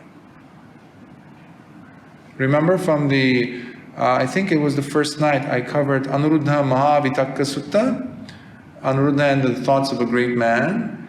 In it, Lord Buddha came to teach the 8th thought of a great man, and that was, this path is for someone who delights in no longer having papanchas, nippapancha. So if you're meditating, but you still are in love, very much in love with having thoughts and constructing thoughts and having debates in your head, and this theory is right, that theory is wrong, you are very much neck or head deep in papanchas. Don't fool yourself. That's why the teacher will shake you from your papanchas. And you will hate the teacher for it, because the teacher is trying to use the bleach of wisdom to tear you from your papanchas. Sometimes unsuccessfully. With some people it happens, eh? You can't reach everyone. So papancha nirodha, that's a term. And just to clarify, sometimes people think that, because there's also that, what you inferred from that. So long as basically there are the 6 senses, 6 sense bases, then you will definitely have papanchas. There's that also, that reference. So what needs to happen is the 6 senses must end. Now, that has been misunderstood often. And if you recall from the Chitta Sutta, from the Sangyojana Sutta actually, where Chitta, the layman, took control of a conversation between bhikkhus, mahateras, who were debating as to where is the tanha coming from, the grabbing and the clinging and the craving especially. Was it the thought, was it the object, the object itself, let's say visual object, or is it the I? Which one is to blame? And the Chitta comes in and he says, it's very much like having two oxen. One is white, one is black. And they're tied together with a yoke, with two eyes, right? So one on the one ox, the other on the other ox. One is white, the other one is black. And he asked them, Bhantes, which ox, what do you think is yoking or bonding or fettering, shackling, tying the ox? Is it the black ox tying up the white ox, or the black ox tying up the white ox? And they thought, and they said, of course not. It's the yoke that's tying them together. He says, So in this metaphor, he says, the black ox, think of it as the object, the visual object, and the white ox is the I base. It has nothing to do with it. So the naked picture of this attractive person really is nothing. Has nothing to do with it. It's your sensual ideation and attachment. That's the yoke. That's the sensual, lustful thoughts that you're having, lingering on that, carrying it with you, sometimes even to your dreams, is what the problem is. So that's what Chitta was saying. So because I just wanted to clarify, because when a person becomes an arahant, it's not like they stop seeing and hearing and tasting. No. When they say the ending of the six senses, they're talking about the ending of the yoke. The ox, the white ox and the black ox are free to do whatever they want. So, when seeing, just see.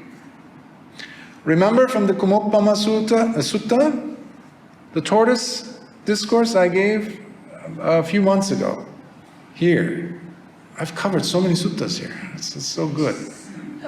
So you need to listen to them, or there's. By the way, I put them on. There's the PDF versions of all these suttas to the best of my ability. I posted them on the website mindrelease.com in the Pali Sutta section. They're all there. You can just print them out. So the Kumopama Sutta, where Lord Buddha says, "Become the tortoise." Remember that? The tortoise. Pull your limbs in. Because the fox or Mara is coming to chew you up, to tear your limbs one at a time. And what is the tortoise's limbs? The six sense bases. The six senses.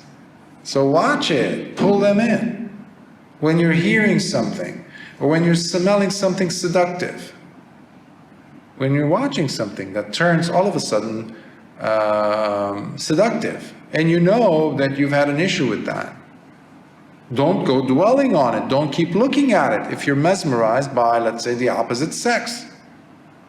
Don't look for things. Watch your mind. What are you doing? What are you doing? Ask yourself. Ask your mind. And then, because if you just close an eye here, and then, I mean, metaphorically speaking, as just, it's nothing, it's just one picture, it's one thing, one video, one this, or associating with individuals whom you find attractive. And let's say you spend time with them, a lot of hours, daily. What do you think that's going to do to your six senses? The tortoise's limbs are out. Sooner or later, something's going to happen that you're going to regret. And sila is broken. That's how people break precepts. That's how people ruin their, sometimes careers, sometimes their marriages, sometimes their relationships, but most importantly, lose respect, deep respect towards themselves. Because they have broken that trust with themselves first. The protection is gone. So the Dhamma is life, life is Dhamma. So it's not just, oh, let's become arahants thing. No. It also has a bearing on your life. The quality of your life has to improve. Otherwise, it's not Dhamma, I'm sorry. So sati and sampajanya are number one. They need to be, they're twins, right? So sati, and you're always alert, what is your body doing? Where are your hands? Where are your eyes? Sometimes, you're sitting somewhere and it's like frozen. Your eyes are frozen, right? You're not looking at anything, but you're sitting, but you don't care about, you're not very attentive as to what it is in the direction of what it is that you're looking at.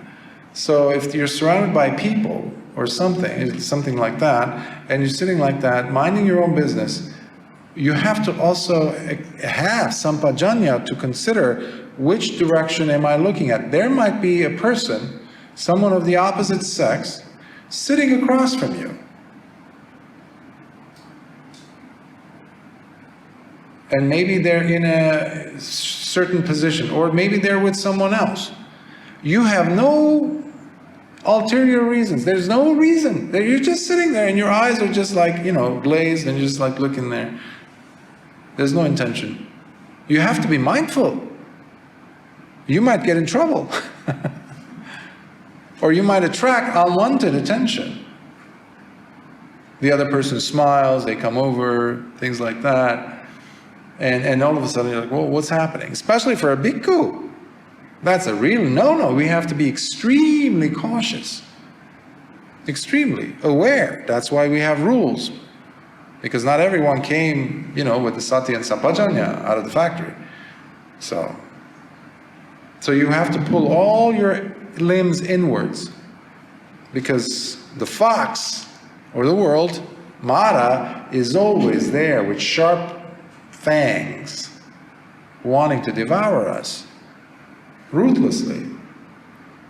So don't lean on anything. Not even your thoughts and ideas about the Dhamma. Not even those. So when you're seeing, just see. Just witness and know the scene. Without adding your commentary to it. Because we love our commentaries, don't we? We love them. We talk about them to people. And what bhikkhus is mentality, materiality, nama rupa. Feeling, perception, intention, contact, attention. This is called mentality, nama. The four great primary elements and the form derived from the four great elements, this is called form. Therefore, other places it's called whatever we get from both mother and father. The sperm and an egg. Sometimes that's also how Lord Buddha doesn't say sperm and an egg, but whatever is received from both parents. That's, in this case, in this sutta, it's not listed, but it's inferred. Therefore, these two groups comprising both mental and physical processes are together called mentality, materiality. And what bhikkhus is sense awareness, vijnana. There are these 6 types of sense awareness. Eye sense awareness, ear sense awareness, nose. I'm not using the word consciousness, okay? I don't like that word because it's always misleading. Are you conscious? People say that. So nose sense awareness, tongue sense awareness, body sense awareness, mind sense awareness. This is called sense awareness. In reality, when you look at it, the result, the outcome of the interdependency of these links, especially when it comes to the relationship of links, especially in this case, we see how vijnana and nama rupa are very much related.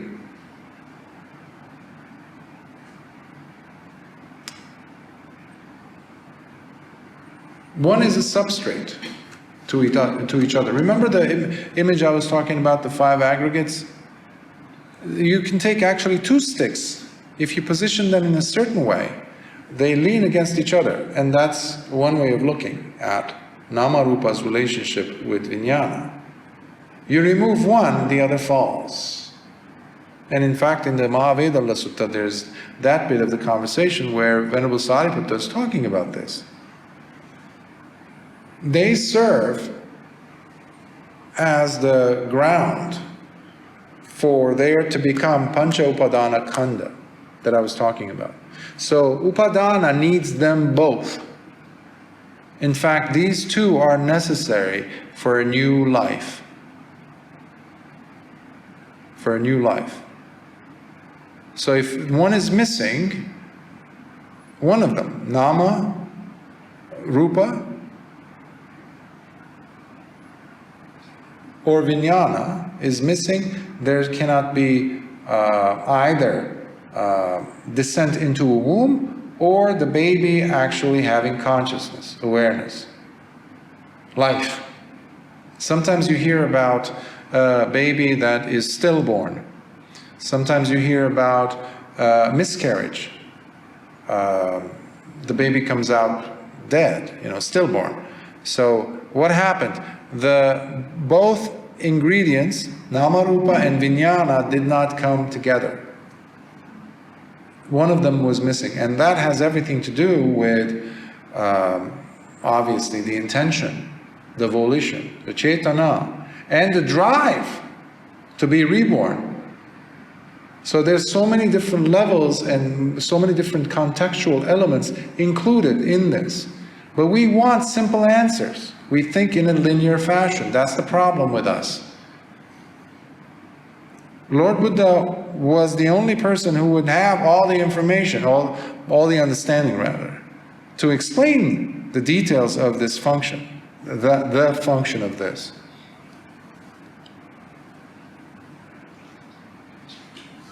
And the reason, one of the reasons why I avoid using the word consciousness is because when people look at Paticcasamuppada, they look at the Vijnana section, which we just talked about, and they look at it as Patisandhi Vijnana, which is the consciousness that is moving from one life to the next. That's how they see it. Meanwhile, Lord Buddha talked about 6 consciousnesses, 6 Vijnanas, which I just covered with you.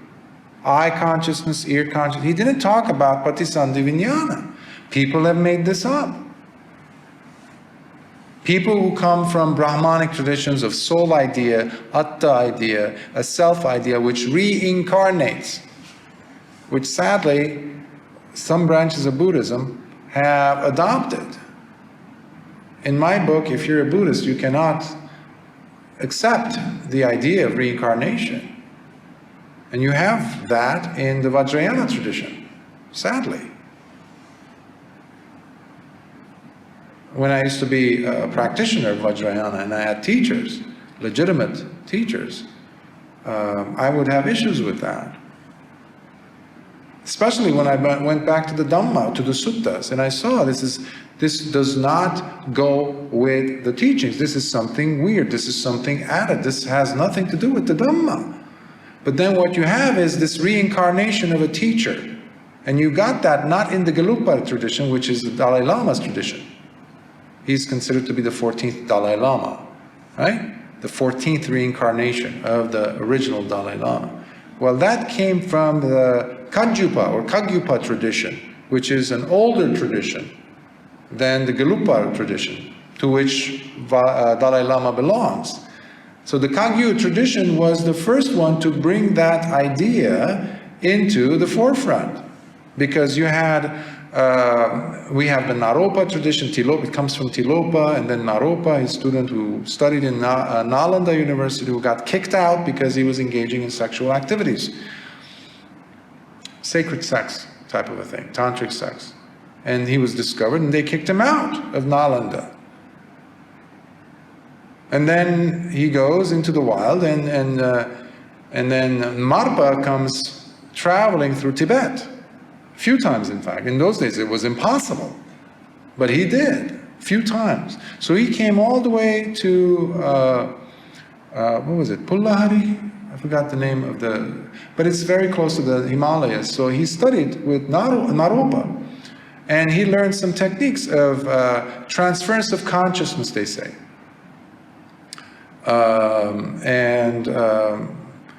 so they transfer the consciousness from here, type of a thing. That was carried to Milarepa, the snow-clad one, who's the yogi of Tibet, is known. And that eventually was transmitted by Milarepa to his student, Gampopa, who first started the monastic order. Well, in those days, he also had a son, monastic and, married. So, exactly. So his son was, he had taught his son how to transfer consciousness, basically. But this has nothing to do with the Dhamma, so it's basically something else that's going on. And this is all from their texts. And then that tradition was carried over into the other traditions in the Vajrayana tradition in Tibet. So eventually it got to Gelugpa tradition, which is the Dalai Lama tradition. And they carried this thing that a person, if they want to, they can re-inhabit another body. An enlightened person, by the way, reincarnating as many times as they want. Oxymoron, it doesn't work. You're talking about something else. Because Lord Buddha made it very clear in more than one place in the suttas, very clearly describing how if a person becomes a Sotapanna, at the most, if they are the laziest, most careless type of Sotapanna, careless beyond measure, and you don't qualify as careless, by the way. If you call yourself careless, you haven't seen this person. If that person dies, and when they die, at the most they have 7 more lives. At the most. Not indefinite number, at the most. Now, if I'm claiming this teacher, who's about to reincarnate to be enlightened, meaning an arahant, even worse, then they cannot. That's their last birth. That's their last death. But here you have like, oh yeah, it's going to keep reincarnating. What is that? It's not Buddhism. It's not Dhamma. But no one talks about, I have never heard any monk talk about this. Nobody. Of course, you're getting yourself into a lot of trouble, they say, if you talk like this. Well, I have this life to live, and I have to say what is right, what is wrong, based on what I have learned for over 30 years in this life, studying the Dhamma, practicing it. It doesn't match. It is not Dhamma. So if I sit there and shut my mouth and say, well, for the sake of, being okay with each other, I shouldn't say, well, who am I loyal to? Earlier I was talking about the Dhamma being more valuable than your own child, your own mother, your own father.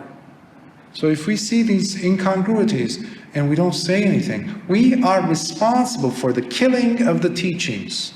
We are enabling ignorance. So I say this because it's very related with this whole consciousness business going from life to life of an enlightened one. It's impossible. The person must definitely be a putujjana if they are reborn, okay? They have to be putujjana. A noble disciple will never be continuously reborn. Ever. 7 at the most. So, and what bhikkhus are the habitual tendencies, sankhara? There are these 3 kinds of habitual tendencies: the bodily habitual tendencies, the verbal habitual tendencies, the mental habitual tendencies. These are called habitual tendencies. And by the way, just a quick note on the thing I just mentioned about reincarnation business with all this, when a person is supposed to be enlightened. I've had actual Buddhist monks, Theravadan Buddhist monks, claiming such teachers who keep reincarnating. I don't want to mention the name, well known, as actually awakened and enlightened beings. which goes against the understanding of this Thai forest monk, who's an abbot in Thailand, Theravadan monk, claiming that this Vajrayana teacher, who keeps reincarnating, as awakened. That puts that Theravadan monk's credibility under question, because they don't understand the Dhamma, obviously, and that's what we have. We have a lot of Theravadan monks who have joined traditions without adequate understanding of the Dhamma. They basically, there's a lot of teacher worship, not enough understanding of the suttas. The teacher's life has become the Dhamma for them. They haven't studied the Dhamma. They haven't understood the Dhamma, apparently, because it requires tremendous amount of ignorance to be able to come out and say that such an entity is actually awakened with confidence. So it is troublesome times. So when I say repeatedly that the Dhamma, the teachings of Lord Buddha, unfortunately, if this goes on and no one says anything, no one does anything, no one raises a hand and says, excuse me, what about this, Bhante? What about this, Ajahn? This doesn't go well with the teachings of Lord Buddha, Ajahn. You're saying this. Where do you get that? What sources are you using? No one is doing that. And for that reason, the Dhamma, the teachings of Lord Buddha will not survive at actually the 21st century's end. Unless you can do something about it, making sure that you're practicing with integrity, without changing anything. Going back to the source. Instead of doing teacher worship. I got some person come today and talk to me about this Ajahn so-and-so. And I said, oh, the famous celebrity Ajahn monk, right? That's the thing these days. What about the Dhamma? When are we going to start caring for that? That hurts me, actually. If anything does, that does. Because I'm seeing tremendous amount of ignorance in the world today. Something must be done. I'm doing my best in my own capacity, whatever I can.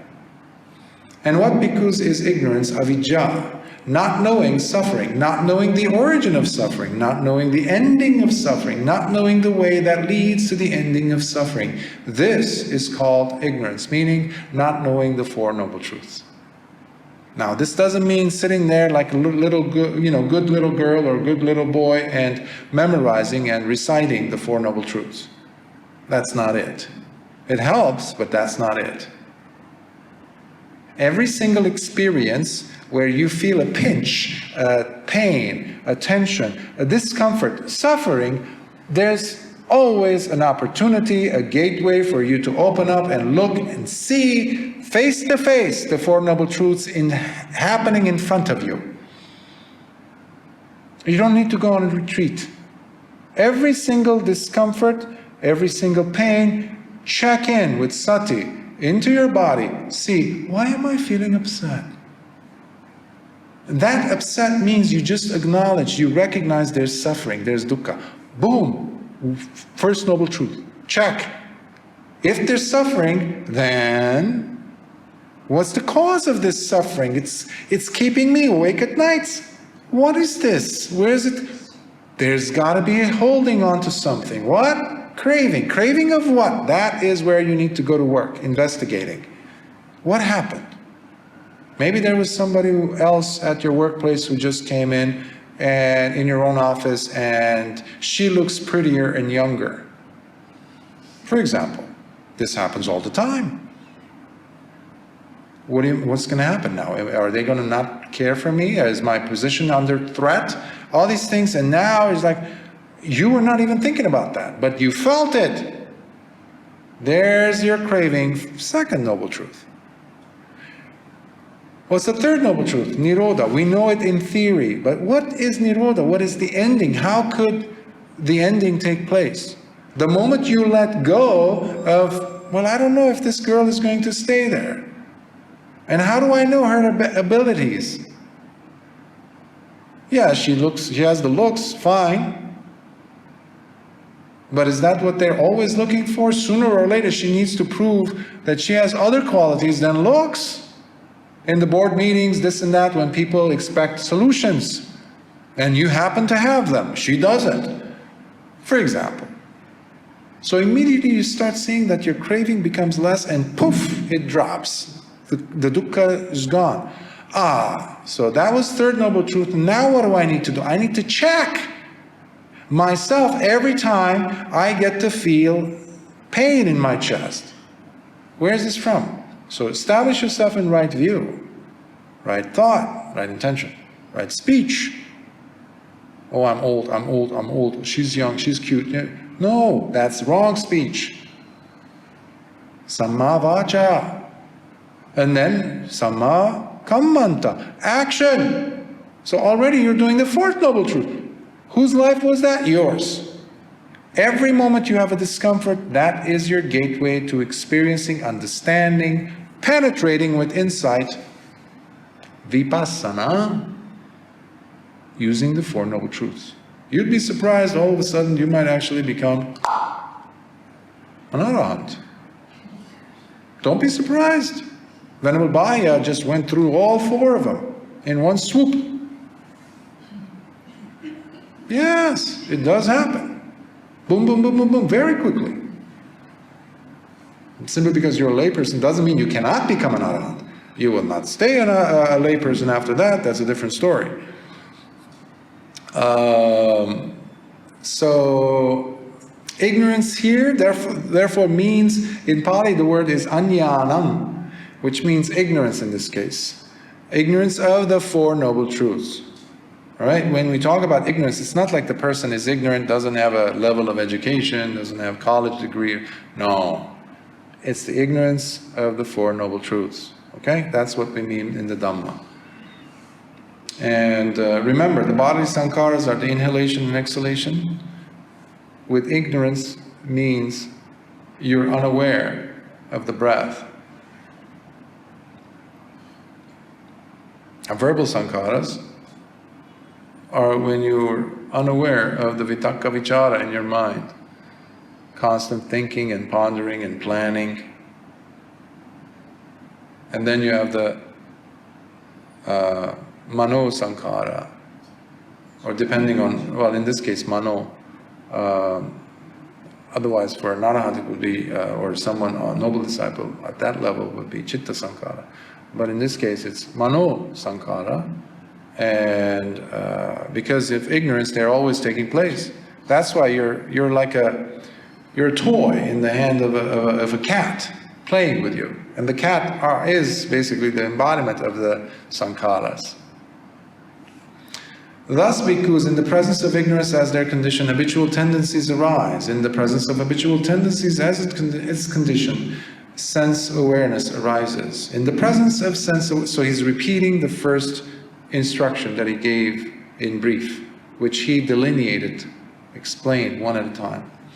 In the presence of sense awareness as their condition, mentality and materiality arise. In the presence of mentality and materiality as their condition, the six sense bases arise. In the presence of six sense bases as its condition, contact arises. In the presence of contact as its condition, feeling arises. In the presence of feeling as its condition, craving arises. In the presence of craving as its condition, grabbing arises. Upadana. In the presence of grabbing as its condition, becoming, bhava, arises. In the presence of becoming as its condition, rebirth arises.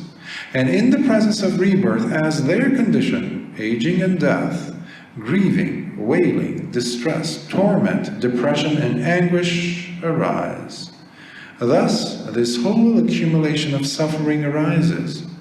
But, with the remainderless fading away and ending of ignorance, meaning the right view arose, meaning the person became a sotapanna. That's what right view means. comes the ending of habitual tendencies. With the ending of the habitual tendencies comes the ending of sense awareness. With the ending of sense awareness comes the ending of mentality materiality. With the ending of mentality materiality comes the ending of the six sense bases. With the ending of the six sense bases comes the ending of contact. With the ending of contact comes the ending of feeling. With the ending of feeling comes the ending of craving.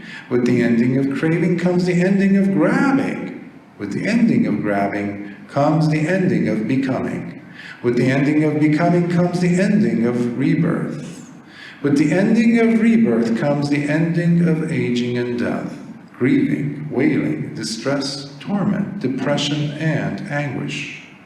In this manner, bhikkhus, this whole accumulation of suffering comes to an end. Sadhu, sadhu, sadhu.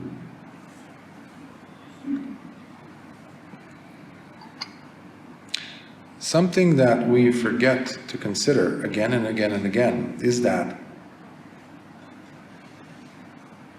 people's ideas and opinions about reality has nothing to do with the reality that is taking place.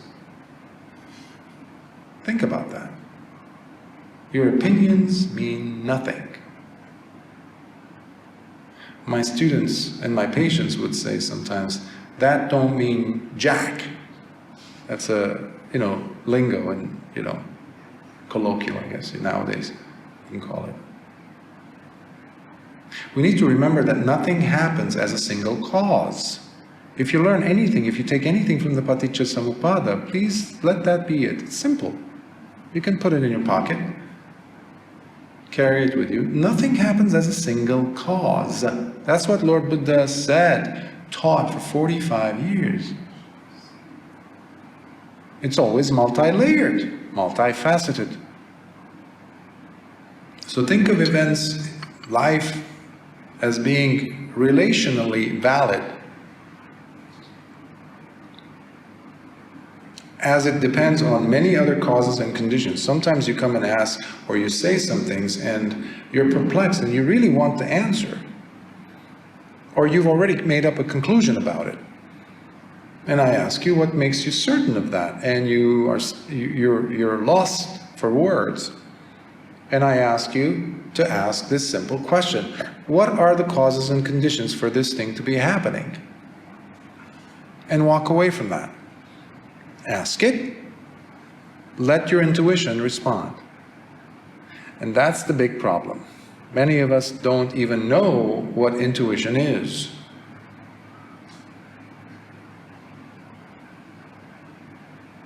We've been robbed of our imagination.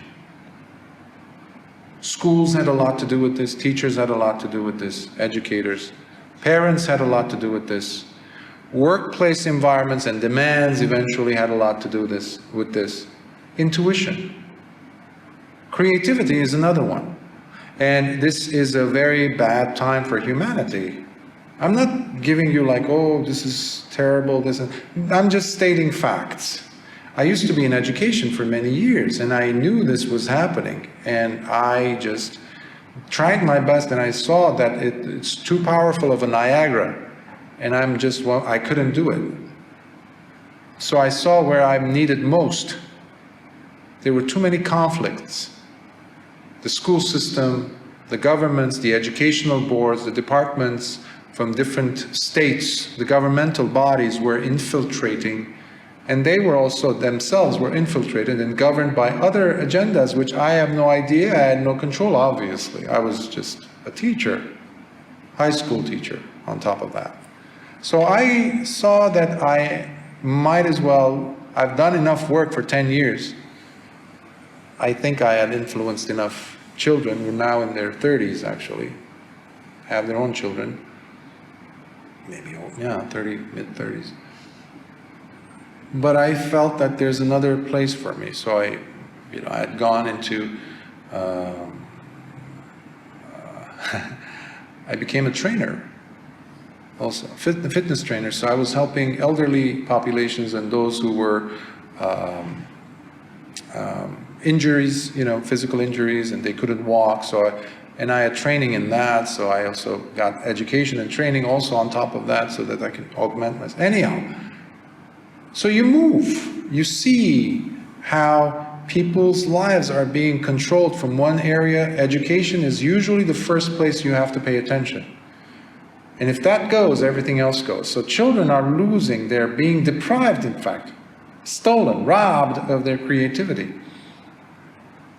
When you eliminate classes where kids are supposed to play, for 2.5 years, kids were robbed of their playtime. Do you know what type of a havoc that inflicts on a child's brain? And plus the masks. The child, I mentioned this before, the children in some parts of the world, in fact all parts, they're behaving, they're talking with a certain accent of their own native language. Linguists and speech therapists are being called, actually speech therapists are being called to assist, because the child needs to look at the parents, the mother and the father, as they're enunciating. If it's a child who's a Chinese speaker, they need to see how mom and dad are pronouncing. What's the intonation? If they're Italian, the same, any language. So masks blocked them. We didn't allow them to play, and that's the best place to enhance and invigorate the immune system. You have to be extremely stupid, ignorant, beyond, like double-digit IQ, to think that keeping the child at home is actually somehow going to enhance their immune system. It's ludicrous, it's nonsense. The only way that a child's immunity is going to really be helped, strengthened, is when they play with other children. In the wild, outside, play with the ground, take stuff, put stuff in their mouth. That's how you strengthen your white blood cells. Not by putting sanitizing things on you. It's the opposite. These people have never studied biology, apparently. Ever. That's one example. So the education was the first thing that went out the window, to enhance the knowledge, because now people, I keep saying about linear thinking. People are thinking linearly, logical. They look at the Dhamma and they say, well, it has to make sense to me. If there's a B, then it means it came, with a B first. If there's a B, there's, C, B, okay, and then there must be an A. Okay, I see that. That's linear thinking. That's stupid. You cannot compare apples and oranges. Left brain will never understand the right brain. And when you're a linear thinker, you're very much left brain. I've mentioned again and again, the left brain is superlative when it comes to looking at individual parts. But it fails miserably to live life. It will miserably fail and lose terribly if it doesn't rely on the right brain, which is the bigger part of the brain. It goes around. It's not just straight halfway. It's a little bit bigger than the left. And it's older. It understands relationships. It also understands parts, but it always taps into the left brain and says, what research have you done for me? And it takes that and applies it in real life. It understands relationships. But what today's education, on all levels, all the way to PhDs and postdocs, what's happening is it's top heavy on the left side. And that's why it's the machinistic way of thinking. And if you have a machinistic way of thinking, you will never understand the Dhamma, I guarantee it. You will never understand the Dhamma.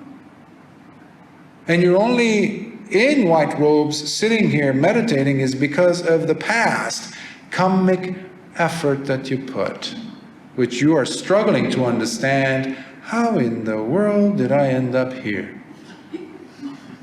Because you're trying to understand. Because you need to open up your heart. That's why a lot of people have a really hard time understanding the metta that I'm teaching you. When I keep asking you, can go ahead and ask your heart. Intuition, that's the language of creativity. That's the language of spontaneity. That's what enabled arahants to become arahants. That's how a Venerable Teri goes into her kuti after meditating for many hours, and as she's blowing the candle, as she's turning off the light, the oil lamp, as it's going out, poof, she becomes an arahant. Not because she's analytically thinking. She's relinquished that. She's definitely not done. Her mind is working in unison. That's something we're not doing, we're not encouraging. There's a wonderful book by Professor Ian McGilchrist. He's a neuroscience brain researcher, plus he's a MD, medical doctor, I believe in psychiatry, and he's also a professor at Oxford. He's written a wonderful book, beautiful book, thick, but not as thick as his recent book. The first book is called The Master and His Emissary. The master being the right brain, the emissary being the left, not the other way around. We have been taught at school to treat this left brain as the master. Wrong. You use the left brain. You live with the right brain. You use the left brain because it's reliable. It's needed, it's necessary. But it is with your right brain that you live and function and build relationships. Understand love. Taste the Dhamma. Have jnana dassana with the right brain. Doing the work. So I'm saying this because many people I see over the years worship words, definitions. Oh, my teacher described it this way. My links of 12 links, 5 spiritual powers. Relax. Dump it all over there in the trash bin. That's as good as they're going to get because they're just junk, mental junk. Apply it, bring it to life. In you, that's when it becomes valid. That's when it is Dhamma. So what is required is, the reason why I mentioned his book, by the way, The Master and His Emissary, because he describes it he's done so much research on this. And he says the views that we have that the left brain is just like this and the right brain is like this, there's some truth to that, but it's not absolute 100% truth because they both work together. But the primary role to be played to have a healthy, beautiful, delicious, meaningful life is if we stop treating the left brain as the master and go back with the right, because the right brain is the one that finds solutions, first of all. It's not the left. The right uses the left. It's amazing. So we need to be cautious about these things, because if you want to develop your practice in the Dhamma, you must also be creative. You must. When I use the word playful, I might not use the word creative, but I use playful. Yes, I'm very stern at times. I say, don't do this, and don't do that. But then you see me seeing you doing it, but I don't yell at you like some teachers I've had. I joke about it. I light spirit method. It's okay. It's okay. So what? But just go back on the saddle, okay? Just go back. Don't stay there. So what is the teacher doing there? They're teaching you to have that kind of relationship with yourself. That's what a healthy therapist does, by the way, also. The therapist, a good therapist, is one who works with the patient and teaches them a new kind of relationship. Maybe they've had a horrible, terrible relationship with loved ones or parents or things. And because of them, they're scarred for life. So if you find yourself a good therapist, who's conscientious and aware, working with plenty of right brain effort, they will knowingly create a kind of relationship that heals you. So now your brain gets to learn what a proper, healthy, loving relationship is supposed to be like. They don't become your father or mother, of course, but your brain suddenly understands what a healthy relationship is. And they give you that. So now you can go ahead and live your life using that as your new blueprint, your new map, instead of relying on your lousy relationship, let's say, with your ex, your parents, or whatever. That's what I'm also doing with you, in case you're wondering, when I do the one-on-one interviews. And that's why I go all out. I do every day, and I sit sometimes for 3 hours, or 3.5 hours, I think, right? The other day. Because it's not forever. But I need you to be dedicated to really see that relationship and see if you could benefit from that and apply it in your life so you don't have to deal with the pain of yesterday. You are not that. You are not the pain of yesterday. You don't need to bear that anymore. You don't have to carry that. You don't. And that's when things start to make sense. So,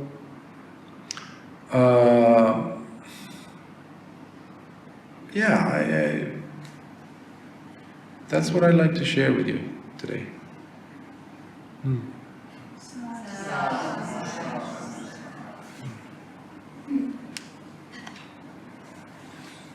Any questions? Yes. Well, you just said one sentence. I said this happens in Taiwan many years ago.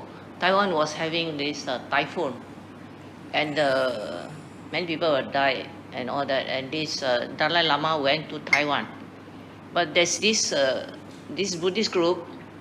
They call themselves I can't remember the exact name, but they truly follows the teaching of the Buddha. So they got very angry with this Dalai Lama. He said, you think you want to save Taiwan? I think you better save yourself, because he behaved like a devil. They called him a Satan, because he taught his students to seduce the woman in Taiwan, and then take their money, break up families and all that. So this Taiwanese group, this Taiwanese Buddhist group was challenging him. He said, if what we said is not true, present your case. And then tell him to get lost if it's true. And they called him a Satan. So this Dalai Lama, he collected a lot of money from these Taiwanese who believe him. And then he took some, and then he left. He did not go to Taiwan anymore, because this Taiwanese group even wrote books about what his student did to the Taiwanese. And then based something like this Dalai Lama was the teacher of this group of students who did nonsense. So I can't remember there was a Buddhist group here. They also wrote to this Dalai Lama, telling him, defend yourself. This is what people accuse you. If it's true, well, if it's not true, you defend yourself. But he never gave any answer. I personally don't know of the incident. I'm not aware of it at the least. So I don't know how to comment on that. So I just share, because I actually have the whole email. Somebody was telling me about they were glorifying this Dalai Lama, saying he's the awakened one and all that. So yeah. I had the whole email. I don't know whether I still have it or not. Yeah, it's not what I shared with you is not. I would not like it to be taken or represented in a way where I am attacking the character of the Dalai Lama. I met him actually years ago when I was secretary of the American Buddhist Congress, and in Los Angeles in 99, I think it was, or 2000. So people were paying very, very large amounts of money to go see him. And my issue is, whether it's the Dalai Lama, this is not against him, the character, the role, the position, with all due respect to all his followers, etc., because he is seen as a voice of Buddhism. People actually would approach me for many years saying, oh, you're a Buddhist, so your teacher, the head of your religion is the Dalai Lama, right? And I would be very quick to correct them. Because he's not. Unfortunately, he's being represented as such, like going to Muslim places or Jewish temples wearing the attire of that particular religion, going to Hindu temples or Sikh temples and wearing the headgear of each of these places, dancing, or not dancing, but behaving in ways that is disrespectful of the robes, and many other things. But the issue that I would have is not just with him, as I mentioned, with any monk, is when you charge money. You charge money to have people come and listen. Now, in the case of the Dalai Lama, from what I know and have heard from bhikkhus or Mahayana monks, is that they are given free access. But the rest of the thousands of people who are there, one time I was interested in going and listening to him as a layperson when he came to, and he would come to Los Angeles quite a bit. And the amount that I saw surprised me. I was going to say shocked me, but it was close to $500. And that was about 20 years ago. $500. I would have to work for a long time as a layman to get that much money. And to listen to what? Dhamma? So I don't know if the Dalai Lama is responsible for this, but I know that his lay community, Tibet House and all that, that are big names, and a huge fundraiser that goes on around the world in their name, they collect those monies. I don't know where they go, but in my issue here, at that sense, is the Dhamma can never be charged money for. So you can never be asking for money to share Dhamma. It's absolutely forbidden. It should be. Even selling books. Many ajahns even, I know, sell their books online. Amazon, you go and you have to pay for that. Well, why is that? It's the Dhamma. Lord Buddha gave it for free for 45 years. So these are important subjects that, as I said earlier, nobody's talking about because it makes people feel uncomfortable, right? So, but I don't have any thoughts on how to, because I'm not aware of that situation, and I think you said enough on that one, perhaps. Oh, you have another one? Yes. Bhante, a quick question. We heard about the first to the sixth Buddhist Council, right? In today's world, this century, if there's so many discrepancies in the way that, particularly in the Theravada tradition, if there's so many discrepancies, why is there no further Buddhist councils to rectify the teachings, you know, the practice or the teachings? As far as I'm concerned, the only legitimate Buddhist council was the first one. Maybe by a long stretch the second council, but I have issues with that too. The first council is where we stop.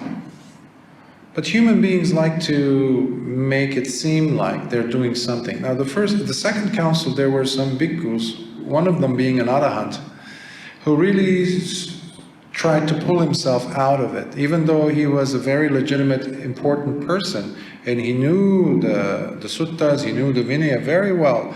And there were this group of monks who were trying to break the Sangha, so the schism was happening. And the other monks, who were real good monks, had to collect important monks to come together so they could actually have a council to address this, because the Sangha is coming apart. And it was only about 100 years after Lord Buddha's death. This was terrible. So there was a healthy, I give it some credence, that's what I'm trying to say, the second council. The first council is where I stop. As far as I'm concerned, any other council that has happened after that is just, for lack of a better word, I would say just a show. Including the one that they had in the mid of 20th century in Burma. Because not everybody was in agreement. But you have to, and that's where you have this saving face attitude. Yeah, just bite your tongue, sit through it. This is good for the sasana. Let's keep together. Yeah, but he thinks different things. That's okay, let's not, because they were going back with that one particular rule that says anybody who breaks the sasana, the sangha, that's a parajika. Nobody wanted to have that. Parajika is a defeat for a bhikkhu. But nobody was thinking beyond the words. Lord Buddha was very, he was very contextually knowledgeable, relationally based. He was an excellent, the best psychotherapist, if you want to talk about that. And he was the best analyst. He was the best HR person, the best of all these human endeavors to consider all these factors. But then he said the Sangha has to come together to address the issue, whatever it may be, and they decide, after using the proper ways of weighing the different issues, but not to shut your mouth and sit there and just pretend that nothing's happening when a lot of things have happened. So the big issues started in the third council. That's when they brought in the Abhidhamma and all that. So, because the Visuddhimagga also became accepted in the last council that they had in Burma. So, which some people, if they had studied, but already the Visuddhimagga had spread out both in actually Thailand, Burma, and Sri Lanka, the three main countries at the time. So it was like, yeah, we'll accept that. But there's no point. There was a few years ago, I think 5, 6, no, more than that, years ago, something like they wanted to make it look perhaps like a council in Japan, in a Mahayana temple, vast, very posh, luxurious looking temple in Japan. And many different delegates were asked to come and join. Teachers from even the US and, other places, Sri Lanka, very famous monks in the world who were somebody, basically. They have a few thousand followers on Facebook or, whatever. They were invited. And it's a debacle when you see it, when you hear what the conversations are. I mean, World Fellowship of Buddhists, they used to have it every single year. Probably they do. My first teacher, Bhante Ratanasara, who was a Mananayakatero, he was the oldest monk in America at the time. So he was the chief Sangha. He was my teacher, my first Upajjhaya. He would always go. And at the end, he would come back, he would give me the goodie bags that they would give to the monks. So I had one for years, I had kept it, like straw weave, that's the World Fellowship of Buddhists and the Buddhist flag. What did you discuss, Bhante? Like, He would just do that, Free, food, this, lodging, respect. It's like, what's happening? And he was not a practitioner. Because everybody's got their own agendas to push, okay? And everybody has their own egos to defend, to show off. I saw videos of monks, very well-known monks of this Japan thing, and one was sitting in the middle of the crowd meditating, showing off, a very well-known Ajahn, sitting and showing off basically that he's meditating, unlike you over there. It's like childhood behavior, like teenagers. And I would just shake my head from that kind of invitation. That has nothing to do. You should all go to your kutis and meditate. That's going to be my advice to all these monks. Because no good is going to come. Because everybody, there's Mahayana monks, there's Vajrayana. How are you going to sit down and what are you going to discuss? If they called me, I wouldn't go, by the way. If they, for some reason, I don't know why, if they would call me to go, invite me, I have to be perplexed to see, what am I going to talk about? Because I'm going to turn towards the Mahayana and the Vajrayana and say, your texts are all fraud. There goes the conversation. I mean, it's a few thousand years of history there. Obviously, you can't communicate. So it's a show, to show everyone else that, oh, see, the Buddhists are coming together. Even the Theravadan monks have issues. Like that monk I said who calls Dalai Lama, for example, enlightened, awakened. And he considers himself being an Ajahn, a Theravadan monk, a bhikkhu with upasampada, a student of his. How's that possible? How can Dalai Lama sit there and Thai forest monks sit there beneath him, below him, and he's teaching them? How is that possible? That happened in Thailand. Okay? So, respect for an elder monk, I understand, but we have to also look at what is it that we're doing. Are we saving? What are we doing? Showing that there's harmony, there's nothing wrong with that. And I applaud that, but coming together need not be that. We can be in harmony, but there's some discrepancies that cannot be fixed. So, we'll stop here before, I think it's been already almost 3 hours. So let's transfer some merits. Akasatha Jabumata Devanaga Mahidika Punyantam Anumoditva Chirang Rakhantu Lokasasanam. Akasatha Jabumata Devanaga Mahidika Punyantam Anumoditva Chirang Rakhantu Desanam. Akasatha Jabumata Devanaga Mahidika Punyantam anumoditva chirang rakhantu mam paranti. Sadhu, sadhu, sadhu.